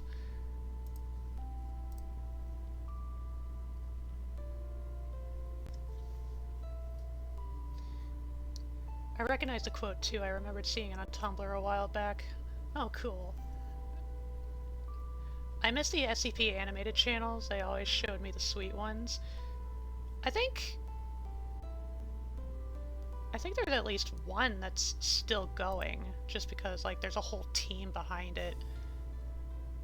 But they're also, like, a subsection of, like, the YouTube infographics show, which does a lot of the same visual stuff, and, like, if you've seen any episodes from infographics, it's like, maybe not. Maybe not so great. Anyway, SCP-609, Object Class Keter. Special Containment Procedures. SCP-609 is to be stored in individual opaque containers inside a locker at Research Facility 5. No. All personnel must conduct Protocol 94 Wegner-Gyatso before observing any number of SCP-609-1 to ensure a clear and focused mind. Agents who locate instances of SCP-609-1 are to immediately break visual contact until the object is contained. Update. Blank blank blank. SCP-609 has been transferred. It is now to be contained in opaque, locked bins at Storage Site 32. Because control of SCP-609-1 is highly difficult due to ironic process theory, only trained researchers with Level 2 clearance and above are permitted to view it for experimental purposes. SCP-609-A is to be secured in Storage Locker 11 at Research Facility 5. Viewing the text of SCP-609-A in whole or in part requires permission from the head researcher. Description: SCP-609 is a collection of identical green billiard balls in the American pool style which measure 57.15 millimeters in diameter and are believed to exist only as immaterial manifestations of a concept. Instances of SCP-609, designated SCP-609-1, are unbound by physical laws. Each instance is impervious to damage, undetectable except by the naked eye, and unable to conduct heat. Instead, they always feel cold to the touch. SCP-609-1 can be manipulated by thought. When a sapient creature is in direct visual contact with SCP-609-1, it will emulate the actions the user imagines, including motion, duplication, and instantaneous manifestation at a visualized location. Observers cannot alter the physical appearance of SCP-609-1 or erase it from existence. According to the object's documentation, SCP-609-A, as described below, SCP-609 is intended to be a literalistic embodiment of Plato's theory of form. Researchers have conjectured that SCP-609 can be controlled through visualization because SCP-609-1 and the concept of SCP-609-1 are the same object, and that SCP-609-1 cannot be damaged or otherwise mutilated because SCP-609-1 is a manifestation of an immutable metaphysical form. If multiple observers attempt to activate SCP-609-1 simultaneously, an additional instance of SCP-609-1 will manifest for each observer. As a result of its thought-activated replication, SCP-609 has proliferated under Foundation custody. See Document 609-A for current estimates. When SCP-609-1 is relocated to or generated in an area outside of the viewer's visual range, a recovery mission is required to resume full containment of SCP-609. Locations from which SCP-609-1 have been recovered include the Research Facility 5 kitchen, Research Facility 5 second floor bathroom, the apartment of Researcher Blank on top of a television, a warehouse in Pasadena where SCP Blank had been recently located, the set of television series Redacted. Breach occurred during a taping. All footage of the event was confiscated and amnestics were administered to all witnesses. The frontal lobe of Assistant Researcher Blank, the mammary tissue of Researcher Blank, and Earth's moon, currently unrecoverable. SCP-609 was recovered with a yellow box believed to be its packaging. The box is labeled Dr. Wondertainment's Ontological Six-Ball in large text, although the typography differs in comparison to other products recovered from the same manufacturer. Smaller graphics below the title depict a marble bust of Plato with a speech balloon that says, "It really exists," and an unidentified grinning woman exclaiming, "Now subject to causality!" A green pool ball is visible inside through a cellophane window. The following text is printed on the back. Hey kids, have you ever wondered whether your experiences are fully authentic, or if only your thoughts are real and the world around you is a web of lies? Now the question is immaterial. With your new ontological six-ball, trademark, you can use your imagination to make the hottest new learning toy that cannot not be. It floats. Send it into the air with your thought power, trademark. It flies. Did you think it could only float without moving? You should be smarter than that. Wow. It can go anywhere. Think real hard of any place fun times can be had. Ontological six-ball, trademark, is probably there already. It possesses the highest and most fundamental kind of reality. All other objects which share its form are imperfect reflections of its ultimate truth. Did you create it, or did it create you? Don't put Descartes before the horse. If you don't think this is the grooviest toy out there, you must be joking. Caution. Some assembly required. Dr. Wondertainment assumes no liability for injuries, accidents, or existential nausea caused by physical or intellectual misuse of ontological six-ball. Dr. Wondertainment does not endorse solipsism, and any ominous implications that result from the use of ontological six-ball are not shared by Dr. Wondertainment. Ontological six-ball is not beholden to space-time. Ontological six-ball cannot be forgotten or unlearned. No copyright date, retail sticker, or other identifying information is present on the packaging. The package was not intended to contain SCP-609-1. The object seen through the cellophane window is a paper display insert designed to simulate a billiard ball. Instead, the object designated SCP-609-A is enclosed. SCP-609-A is a cognitohazardous 32-page booklet titled Dr. Wondertainment's Ontological Six-Ball Trademark Assembly Guide. The first page consists of a disclaimer. Caution. Make sure to read all instructions and warnings before assembling or operating ontological six-ball. Inadequate, modified, or otherwise improper assembly of ontological six-ball may result in undesired functions. If Ontological Six Ball begins to surround you to the exclusion of everything else, making you feel confused, lonely, and like the only thing you can ever be sure of is the Ontological Six Ball, stop playing and take a break.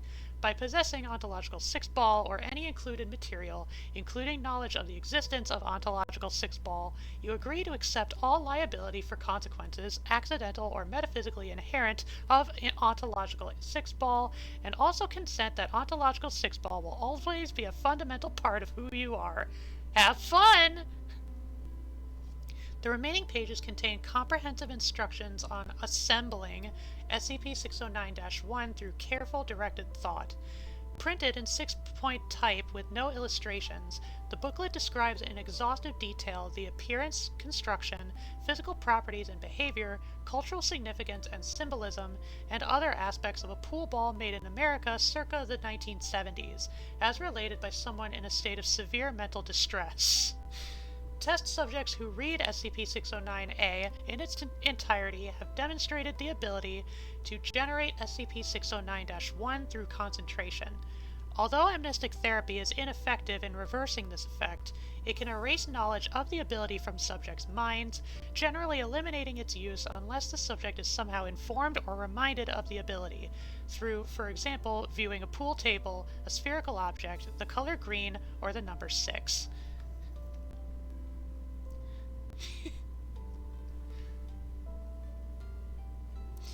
I love Wondertainment. Whoops.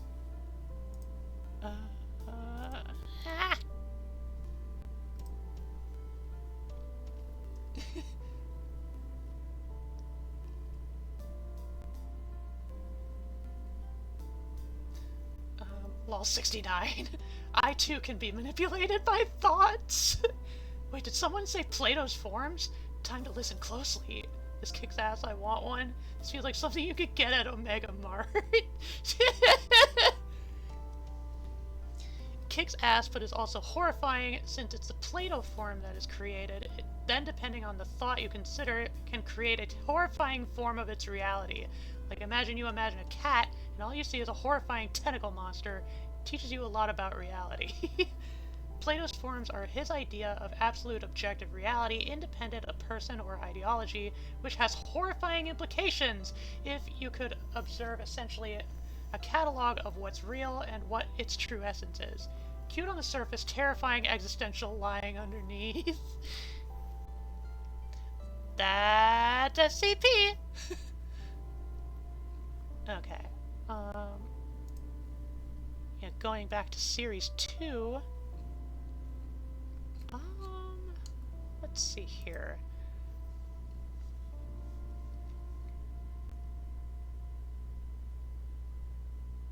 Let me see here. Pesterbot. That's a good one. Stab your inner child?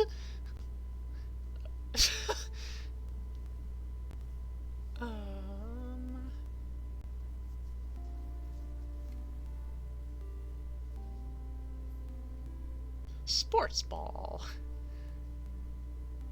Transmigratory teapot. Is that what I think it is?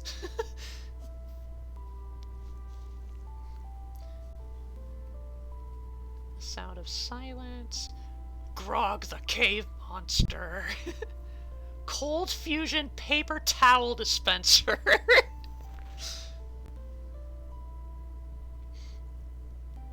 You've won!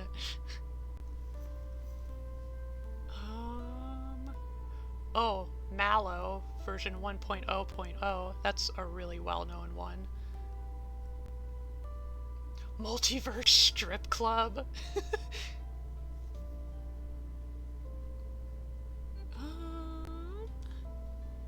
Pink Flamingos, I know about that one. Joe Schmo is another really big one.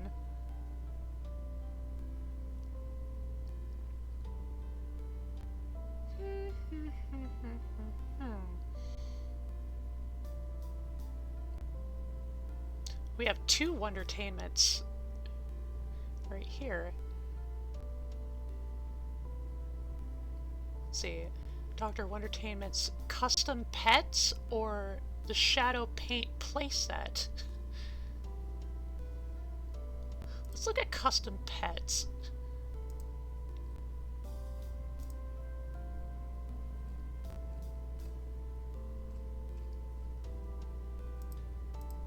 I have a feeling I've looked at this one before.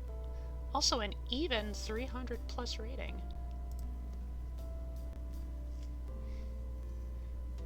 Did love all the philosophy puns though, good fun. It's a teapot that appears to people roaming around that turns them trans. Mallow, my beloved. I am Dr. Dysphoria, the supervillain. Face the wrath of my trans gun and the dysphoria you'll feel. Wow, I've never felt more comfortable in my life. Curse you, egg heroes! Anyway, SCP-1550. Object Class, Safe. Special Containment Procedures.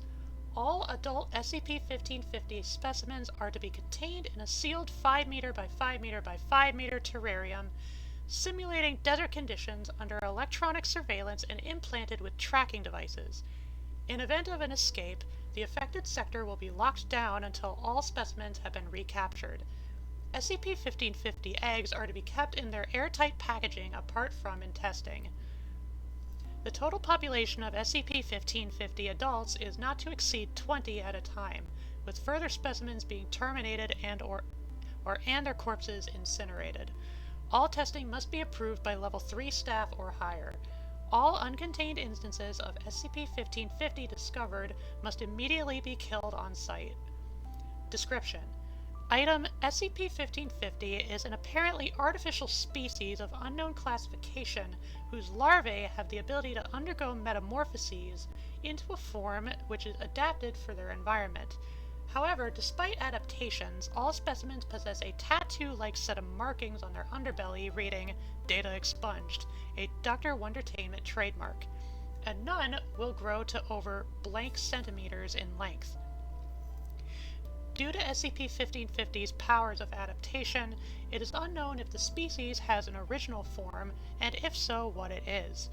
SCP-1550 eggs are 1 centimeter long flesh-coned ovoids, which will only hatch if exposed to air. When packaged, they are stored under airtight plastic seals, apparently for transport. Dissection of unhatched eggs reveals them to simply contain a biological mucoid substance containing fragmentary DNA of unknown origin. As adult SCP-1550 specimens appear to be sterile, it is unknown how the eggs are created. Experiment log. Date blank blank blank. All the dates are blanked out. And all the test subjects are SCP-1550. Procedure.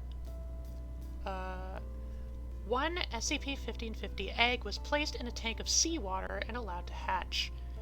Results. SCP-1550 specimen SCP-1550-1 has gills along its upper back behind the eyes and flattened and broadened tails to serve as paddles for swimming, and produces specialized mucus to protect its eyes from salt damage. It has a swim bladder revealed upon dissection in its lower blank and data expunged. Notes: skin coloration was also a mottled blue, presumably to blend in with seawater. Dr. Blank. Number 2. An egg was placed in a tank of water taken from a river behind Site Blank, in which SCP-1550 was stored and allowed to hatch. Specimen SCP-1550-2 possesses enlarged lungs and thinned body for increased streamlining. No gills? Apparently it doesn't use the same adaptations for similar circumstances. That's somewhat odd. 3. An egg was placed in a terrarium made to simulate a temperate forest ecosystem and allowed to hatch. SCP-1550-3 has a thin layer of brown fur covering the top of its body and a rigid, snake-like underbelly, as well as enlarged tail tentacles. The ridges along SCP-1550-3's underbelly had a small oval patch of smooth skin in which the tattoo-like markings were located. 4. Egg was placed in a terrarium made to simulate a desert ecosystem and allowed to hatch. SCP-1550-4 was cold-blooded and has a tanned coloration to camouflage it against sand, as well as a tendency to burrow. The size was also interesting. Blank centimeters in length, about 1 centimeter larger than the other specimens. 5. Egg was placed in a terrarium made to simulate a standard city apartment and allowed to hatch. SCP-1550-5 has leathery skin, eyes on short lumps protruding from its head in a manner somewhat like the eyes of a chameleon, and was noted for behaving in a more affectionate and active manner to researchers than other specimens of SCP-1550.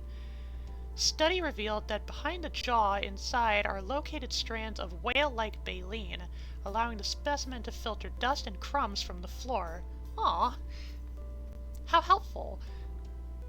6. An egg was placed in a vat of molten iron.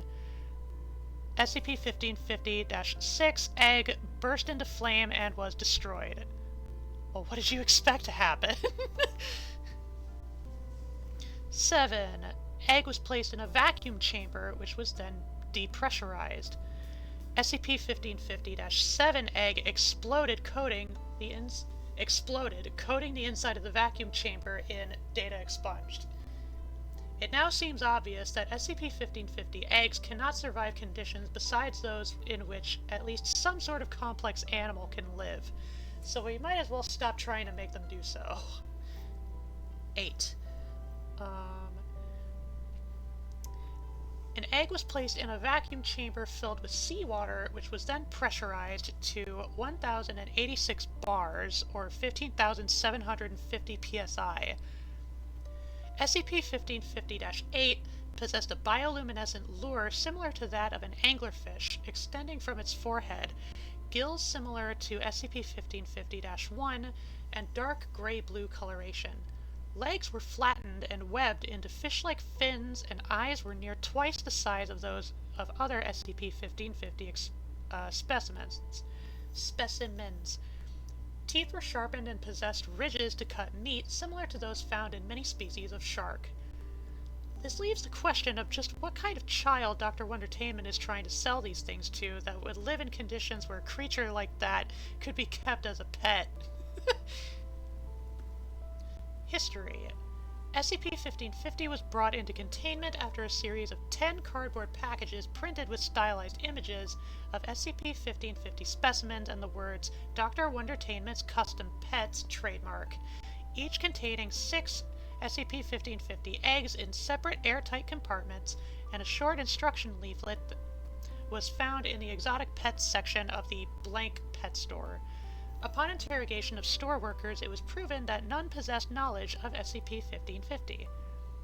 The instruction booklet. Hey kids, your parents aren't letting you get a dog or a cat? Don't fret. Buy a Dr. Wondertainment custom pet trademark. A Dr. Wondertainment's custom pet is far superior to any ordinary and boring cat or dog due to their original Adapto Eggs packaging, a Dr. Wondertainment invention. Just leave your custom pet Adapto eggs around the house, and when they hatch, they'll fit right in. Perfect for apartments. To get your very own custom pet is easy, kids. Just put an egg in your house and break the plastic seal to give your new pet some air so it can hatch. Your new pet will be perfect for where you live, wherever you live. If your new custom pet seems lonely, just add another Adapto egg and get him a new friend. Warning for parents. Please monitor your children's placement of Adapto eggs to prevent blank. Dr. Wondertainment is not responsible for injuries or death caused by this or any other product. Wondertainment custom pets are shipped out pre-fixed.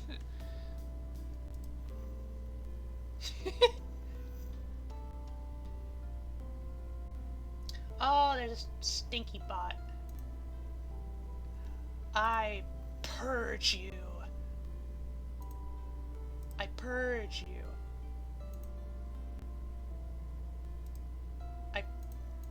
I delete you. It's not going away from... Oh, there it goes. A bit delayed. Larvae mentioned! It's your people! Well, let us know what they got wrong or right. There's goo in it. Oh, goo on his eyes! Pacific Northwest creature. Best viewers on D's nuts. You have Baleen's? He loves molecules! Wait, so the eggs are weak, but the larvae can survive anything after it comes out? Deep sea larva literally me? Selling them to me. Literally anywhere on Earth, I think, is the idea. Would have loved one of these as a kid. I want my larva to be just floof that rolls. So I surrounded in, in Beanie Babies. Spec Evo is one of my special interests I've had since I was a really young kid. This was literally made for baby Zach. As I'm familiar. And I love that for you, because I also love Spec Evo, Spec Bio. So great and fun. Fascinating.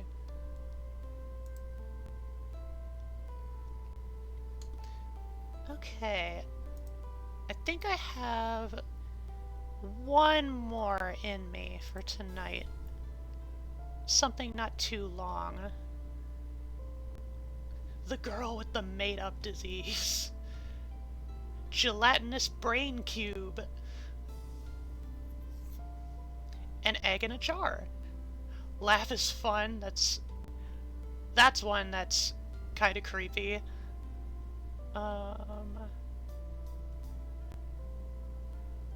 Elephas cryophilus.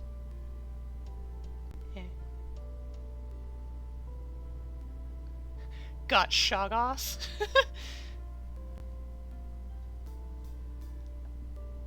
The forensic ghost of Tupac Shakur. God, some of these are so... There's such madness. Sociosophy? Bird phone. Think different. Oh, Alexei Belatrov! That's another really popular one. Gorilla Berenge Necromantiae?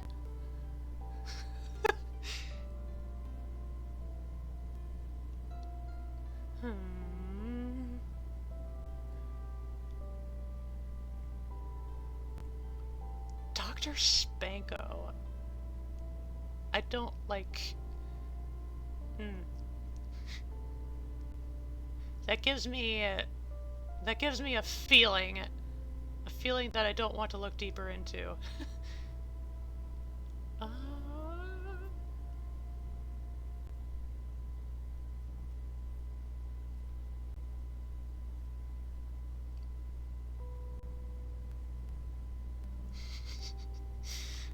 Parasitic mayonnaise worms.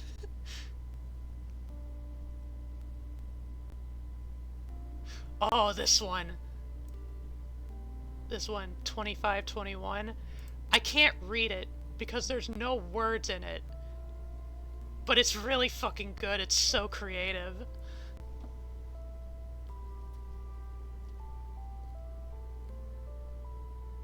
Time Lime?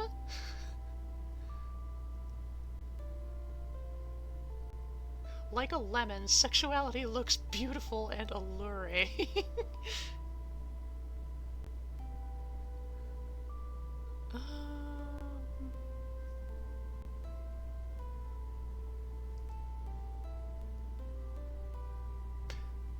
Tempting. Tempting. 2578. This machine kills fascists. That one's really tempting.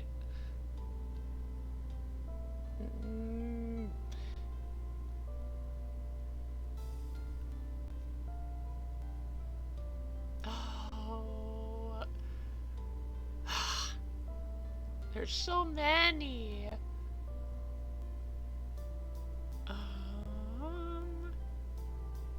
The miners escape. Did I?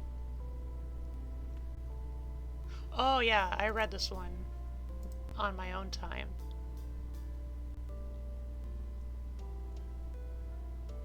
It's quite an interesting story, that one.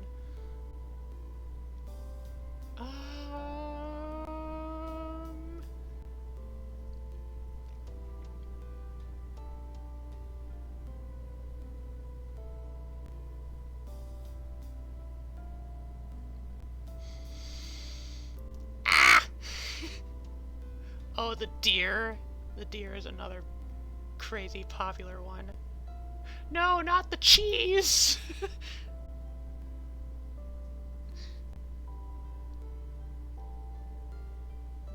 Oh.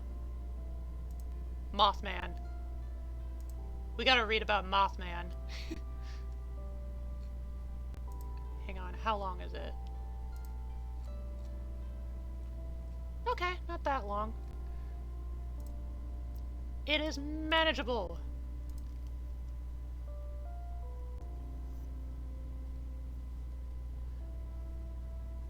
You might do anything. What about that one you saved and said you were gonna read last? It turned out to be kind of long, so I'm gonna read it in my own time. SCP articles range from the most heartbreaking, gut-wrenching stuff on Earth to like a grub that can beatbox. You said it out loud. He's coming for you.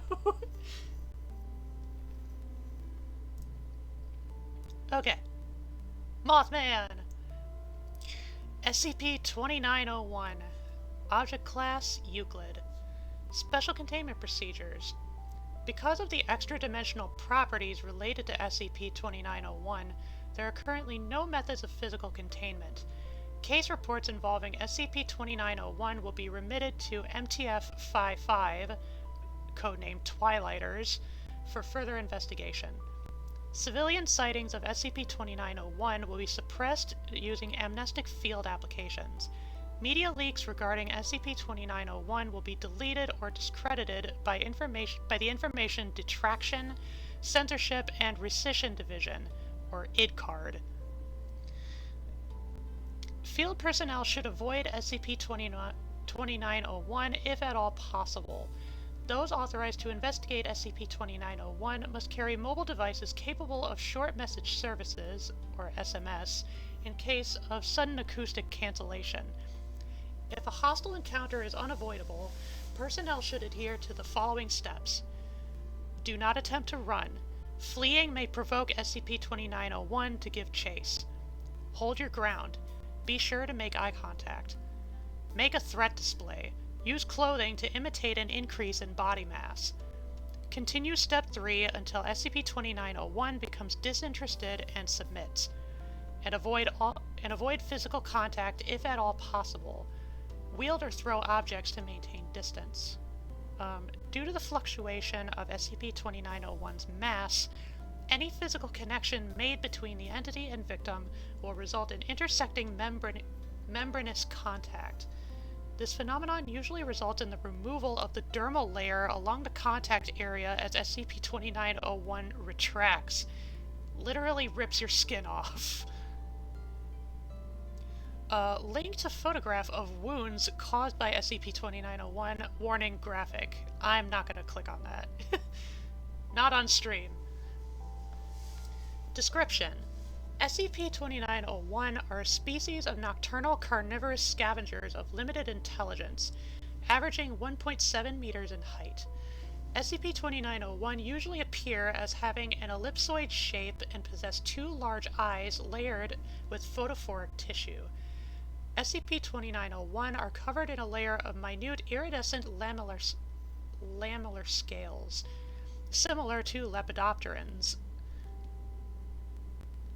Lepidoptera are a large order of insects that includes moths and butterflies. Yep. SCP-2901 are able to move through space-time freely, granting them certain abilities such as levitation, flight, and teleportation. SCP-2901 are, however, tangible and susceptible to conventional firearms. SCP-2901 are also able to emit an acoustic cancellation effect within a radius of approximately 25 meters. The purpose or function of this ability is not wholly understood, but is theorized to aid in stealth. Several methods of containment and/or deterrence are still being considered. However, because of the elusiveness of SCP-2901, a large majority of the general public are aware of related incidents and possibly even the existence of SCP-2901. Countermeasures are in place as a temporary solution for protecting information on SCP-2901. Level 2 access required. Access granted. From IDCARD, Operations Surgeon's Photograph. Priority, Daylit, internal use only. Preamble. Due to the uncontainable nature and general notoriety of SCP-2901, certain protocols must be established in order to quell civilian suspicion as to the existence of these entities. The following is an outline of Operations Surgeon's Photograph that should be reviewed by your respective teams. Counter Intel. Due to the nature of Operations Surgeon's Photograph, information regarding SCP-2901 does not require additional safeguards against espionage. Information about SCP-2901 will remain accessible on the Foundation main list database. Standard protocols for sensitive information, access clearance, and storage still apply. Identification of sensitive material. Utilizing the automated virtual agents already in place, certain keywords related to SCP-2901 will be routinely searched and red flagged on the daily reports. Pages will be reviewed by selected teams as they are discovered and remitted to the tactical planning team to determine the severity and next course of action. Disinformation campaign. The tactical planning team will review suspected files or pages and make decisions and recommendations regarding pertinent threats. Dozens of online dummy accounts for media sharing websites are to be created and managed by IDCARD's Special Cyberspace Unit. Using these dummy accounts, content regarding the presence and/or glorification of SCP-2901 will be made widely available. This is to saturate any shared leaked footage or images with fabricated disinforming content.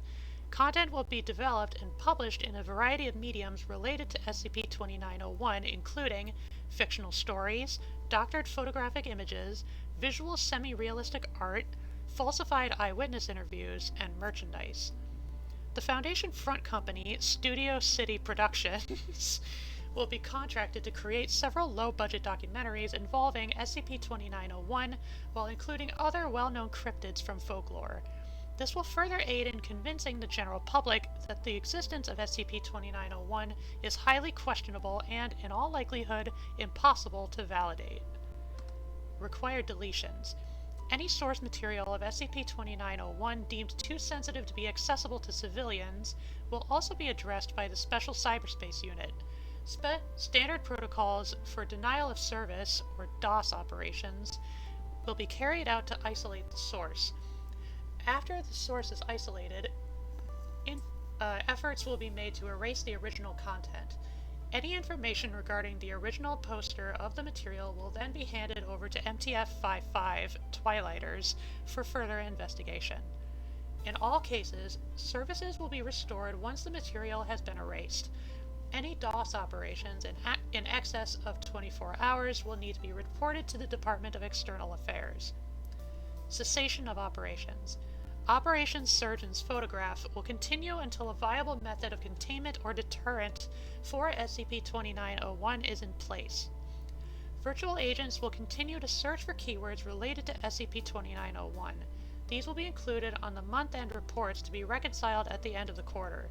Content made during Operations Surgeon's Photograph will remain accessible. The first official documented incursion of SCP-2901 was near the town of blank blank, West Virginia, USA in 19 blank. Gee, I wonder where that is. It couldn't possibly be Point Pleasant. Followed by the collapse of Redacted. Yep. Since then, continuing field observations have concluded that SCP-2901 are an aggressively territorial and solitary species. SCP-2901 normally do not engage or reveal themselves openly to humans and will often retreat or vanish if discovered. Further observations suggest that SCP-2901 are able to approximate the time and location of future disasters with a certain degree of accuracy, particularly those resulting in multiple fatalities. This precognitive ability is believed to function as a physiological sense comparable to scent. Data varies, however, on the number of SCP-2901 within a given area versus the total fatalities after the disaster event occurs. False positive incursions, though rare, have also been observed. This is supported by accounts and reports showing a sudden presence of SCP-2901 within the vicinity of the disaster area, usually within a month or a week before it occurs. During this period, many SCP-2901 will claim rights to the area, resulting in altercations with other SCP-2901, sometimes including human bystanders being mistaken as threats. During these aggressive territorial behaviors, SCP-2901 are able to change their physical shape into a large nebulous-like body as a threat display. After the disaster event occurs, the remaining SCP-2901 will take part in feeding off the deceased in a frenzy-like behavior until the food source is depleted, vacating once satiated. Level 4 granted. Confidential. Priority Gimel. Directive. Operation Surgeon's photograph is to be considered the special containment procedures for SCP-2901 and is to operate under the guise of an active public disinformation campaign. MTF-55 will be responsible for its continuation and level of effectivity in maintaining acceptable levels of public awareness and conception. As a point of clarification, the purpose of Operation Surgeon's photograph is not to protect information on SCP-2901, but rather control information on SCP-2901. Summary. SCP-2901's current evolution is the sum of Foundation efforts in manipulating its existence through public perception. SCP-2901 are a group of extra-dimensional entities that lack a stable, cohesive form and purpose that only coalesces through continued observational reconciliation. For SCP-2901 to maintain a stable physical mass, approximately 75% of the nearby human populace within 500 kilometers need to be congruent on a singular concept of what SCP-2901 is and what it does. SCP-2901 were first discovered and categorized as highly unstable Keter-class entities capable of producing localized CK-class scenarios at random. Further research into SCP-2901's unstable manifestations proved to be futile as, unbeknownst to Foundation scientists at the time, SCP-2901 would involuntarily change during each subsequent observation. During a containment breach into the civilian-populated areas within the Appalachian region, I don't know why I stumbled, Appalachian region of the southern United States, SCP-2901 began gradually condensing into a singular manifestation the more it was exposed to humans. Civilians began conceding to the idea that SCP-2901 was a dark, winged-like humanoid with large red eyes, which corresponded to pre-existing local folklore. SCP-2901 also began to evolve predatory-like behaviors and anomalous acoustic effects that conceptualized due to the mass fear generated within the surrounding communities. Foundation researchers recognized the effects and began isolating SCP-2901 as much as possible. However, deprived of regular perceptual input, SCP-2901 began to devolve into its initial highly unstable manifestations once again. The decision was made to maintain SCP-2901 in a functioning, manageable state through continued exposure to human perceptual belief that SCP-2901 is a tangible creature of local folklore, another Bigfoot or Loch Ness Monster. The nearby Silver Bridge collapse of 1967 and the SCP-2901 Appalachian incursion in reality have no connection with one another. However, public opinion strongly disagreed, and henceforth SCP-2901 began to appear at other future disaster events. This was the precursor of the precognitive scavenging animal-like behavior that is observed today. Efforts are to continue gradually introducing notions developed by the Foundation as to further SCP-2901's evolution into a more docile and manageable concept. Internal counterintelligence. Only Foundation personnel with Level 4 clearance are permitted to view this document. For all intents and purposes, all other personnel are to be included in actively contributing to SCP-2901's perceptual evolution.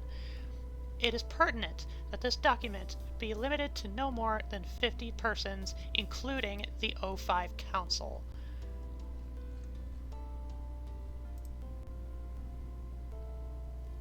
Mothman! Illustrations confiscated from Agent Blank's office at Research Site 45. Mothman!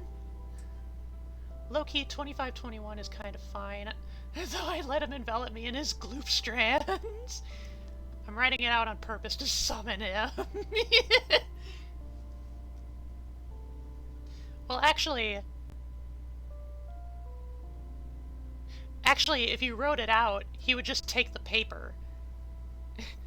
If you described him out loud, then he would take you.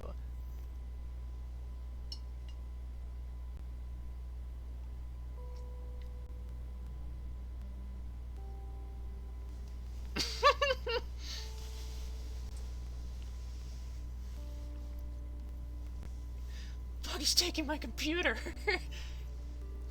Hey guys, it's me, 2521.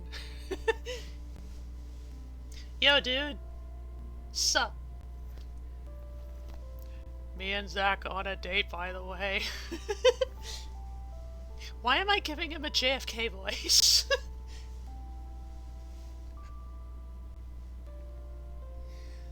Okay. I think that will be all the SCPs for this evening. I was about to say, I do not fucking sound like JFK!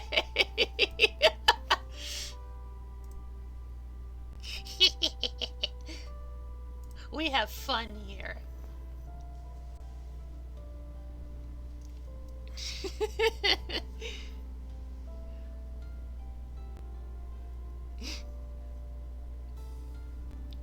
I sound like macaroni being stirred. Oh, it's so crisp. So gooey.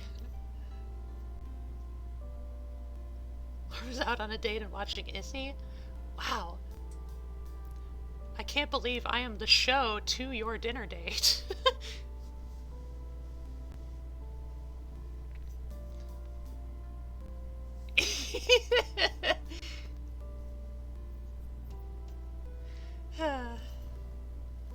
Marvelous.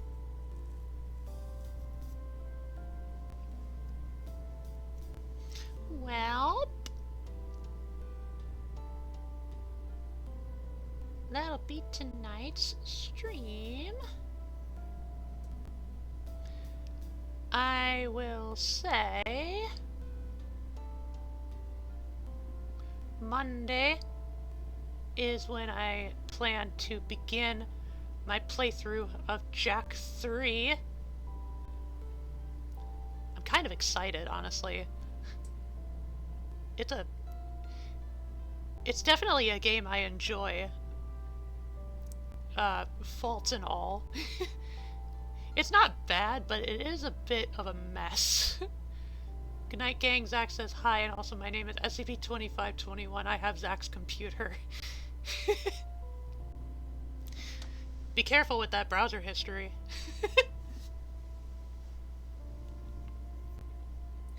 Okay. We're gonna go make passionate love now. Good luck!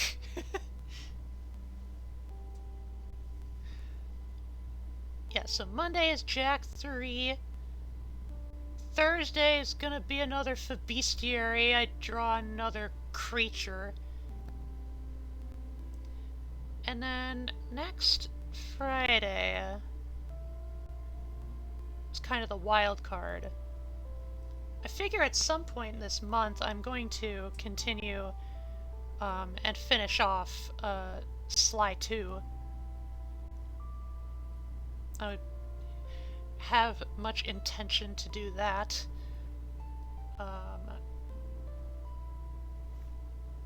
Otherwise, I've been playing only a little bit of the Dwarf Fortress,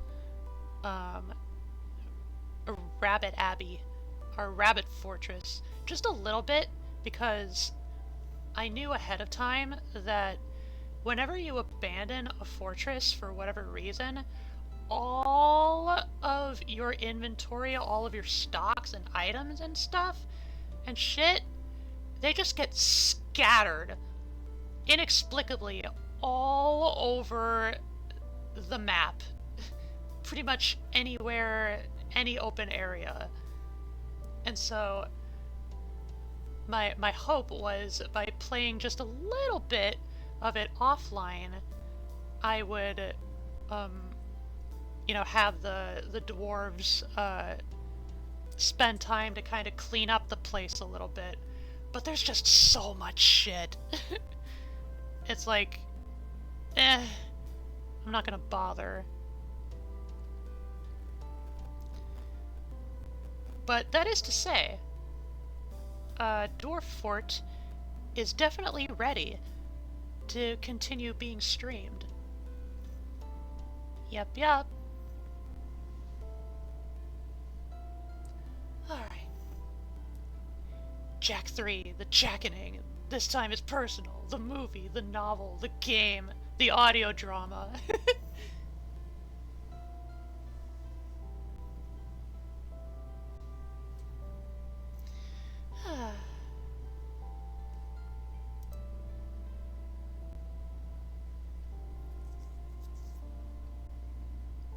Yeah, that's about all I got for tonight.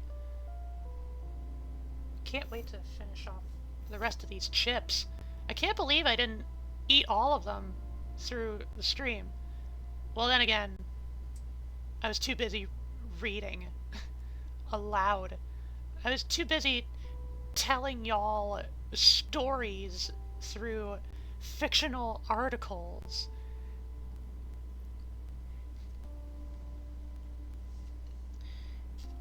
You get one more chip crunch for the road.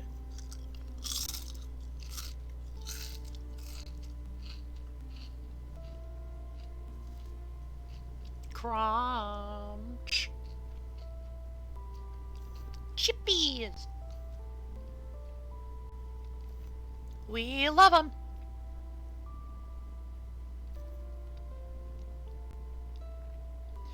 Okay.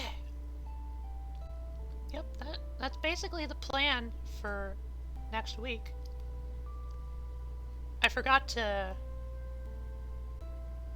make like a new calendar or like schedule graphic thing. And at this point, I'm not sure I actually care enough to start making one now.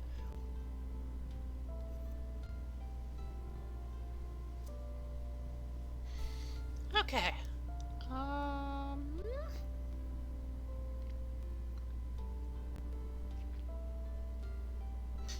Yeah, what am I stalling for? I got nothing else. Let's bring up these raid messages. Prep them up in our little raid cannons. And let's go find a raid target. Let's see who is live at this very moment. Holy shit!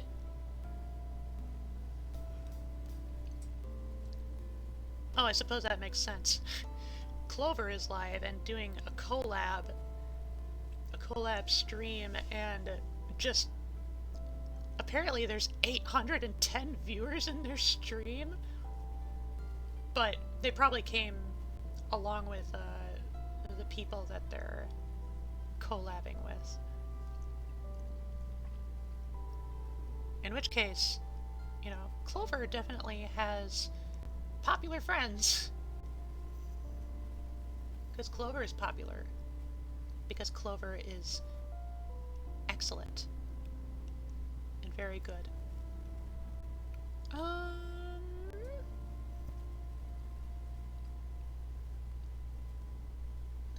Let me see here.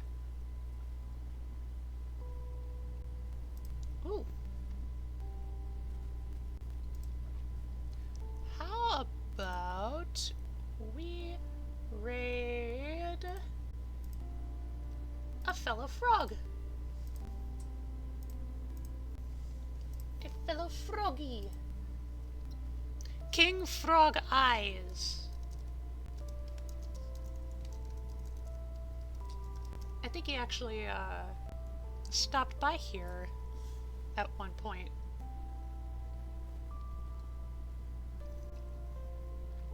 But yeah, we will go support a fellow frog.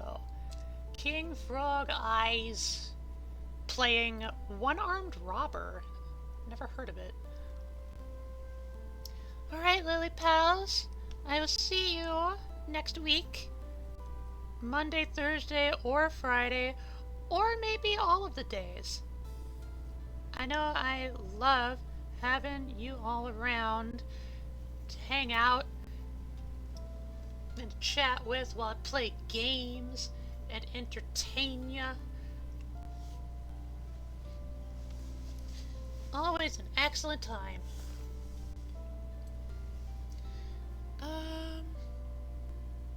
Yeah, that's about it. I will try my best not to fucking freeze to death. It's gotten so cold, or in my neck of in my neck of the pond. It's been so cold and windy and bitter, and I hate it. Winter, please be over. Do I have a space heater? Yes, I do, but it takes up a lot of power.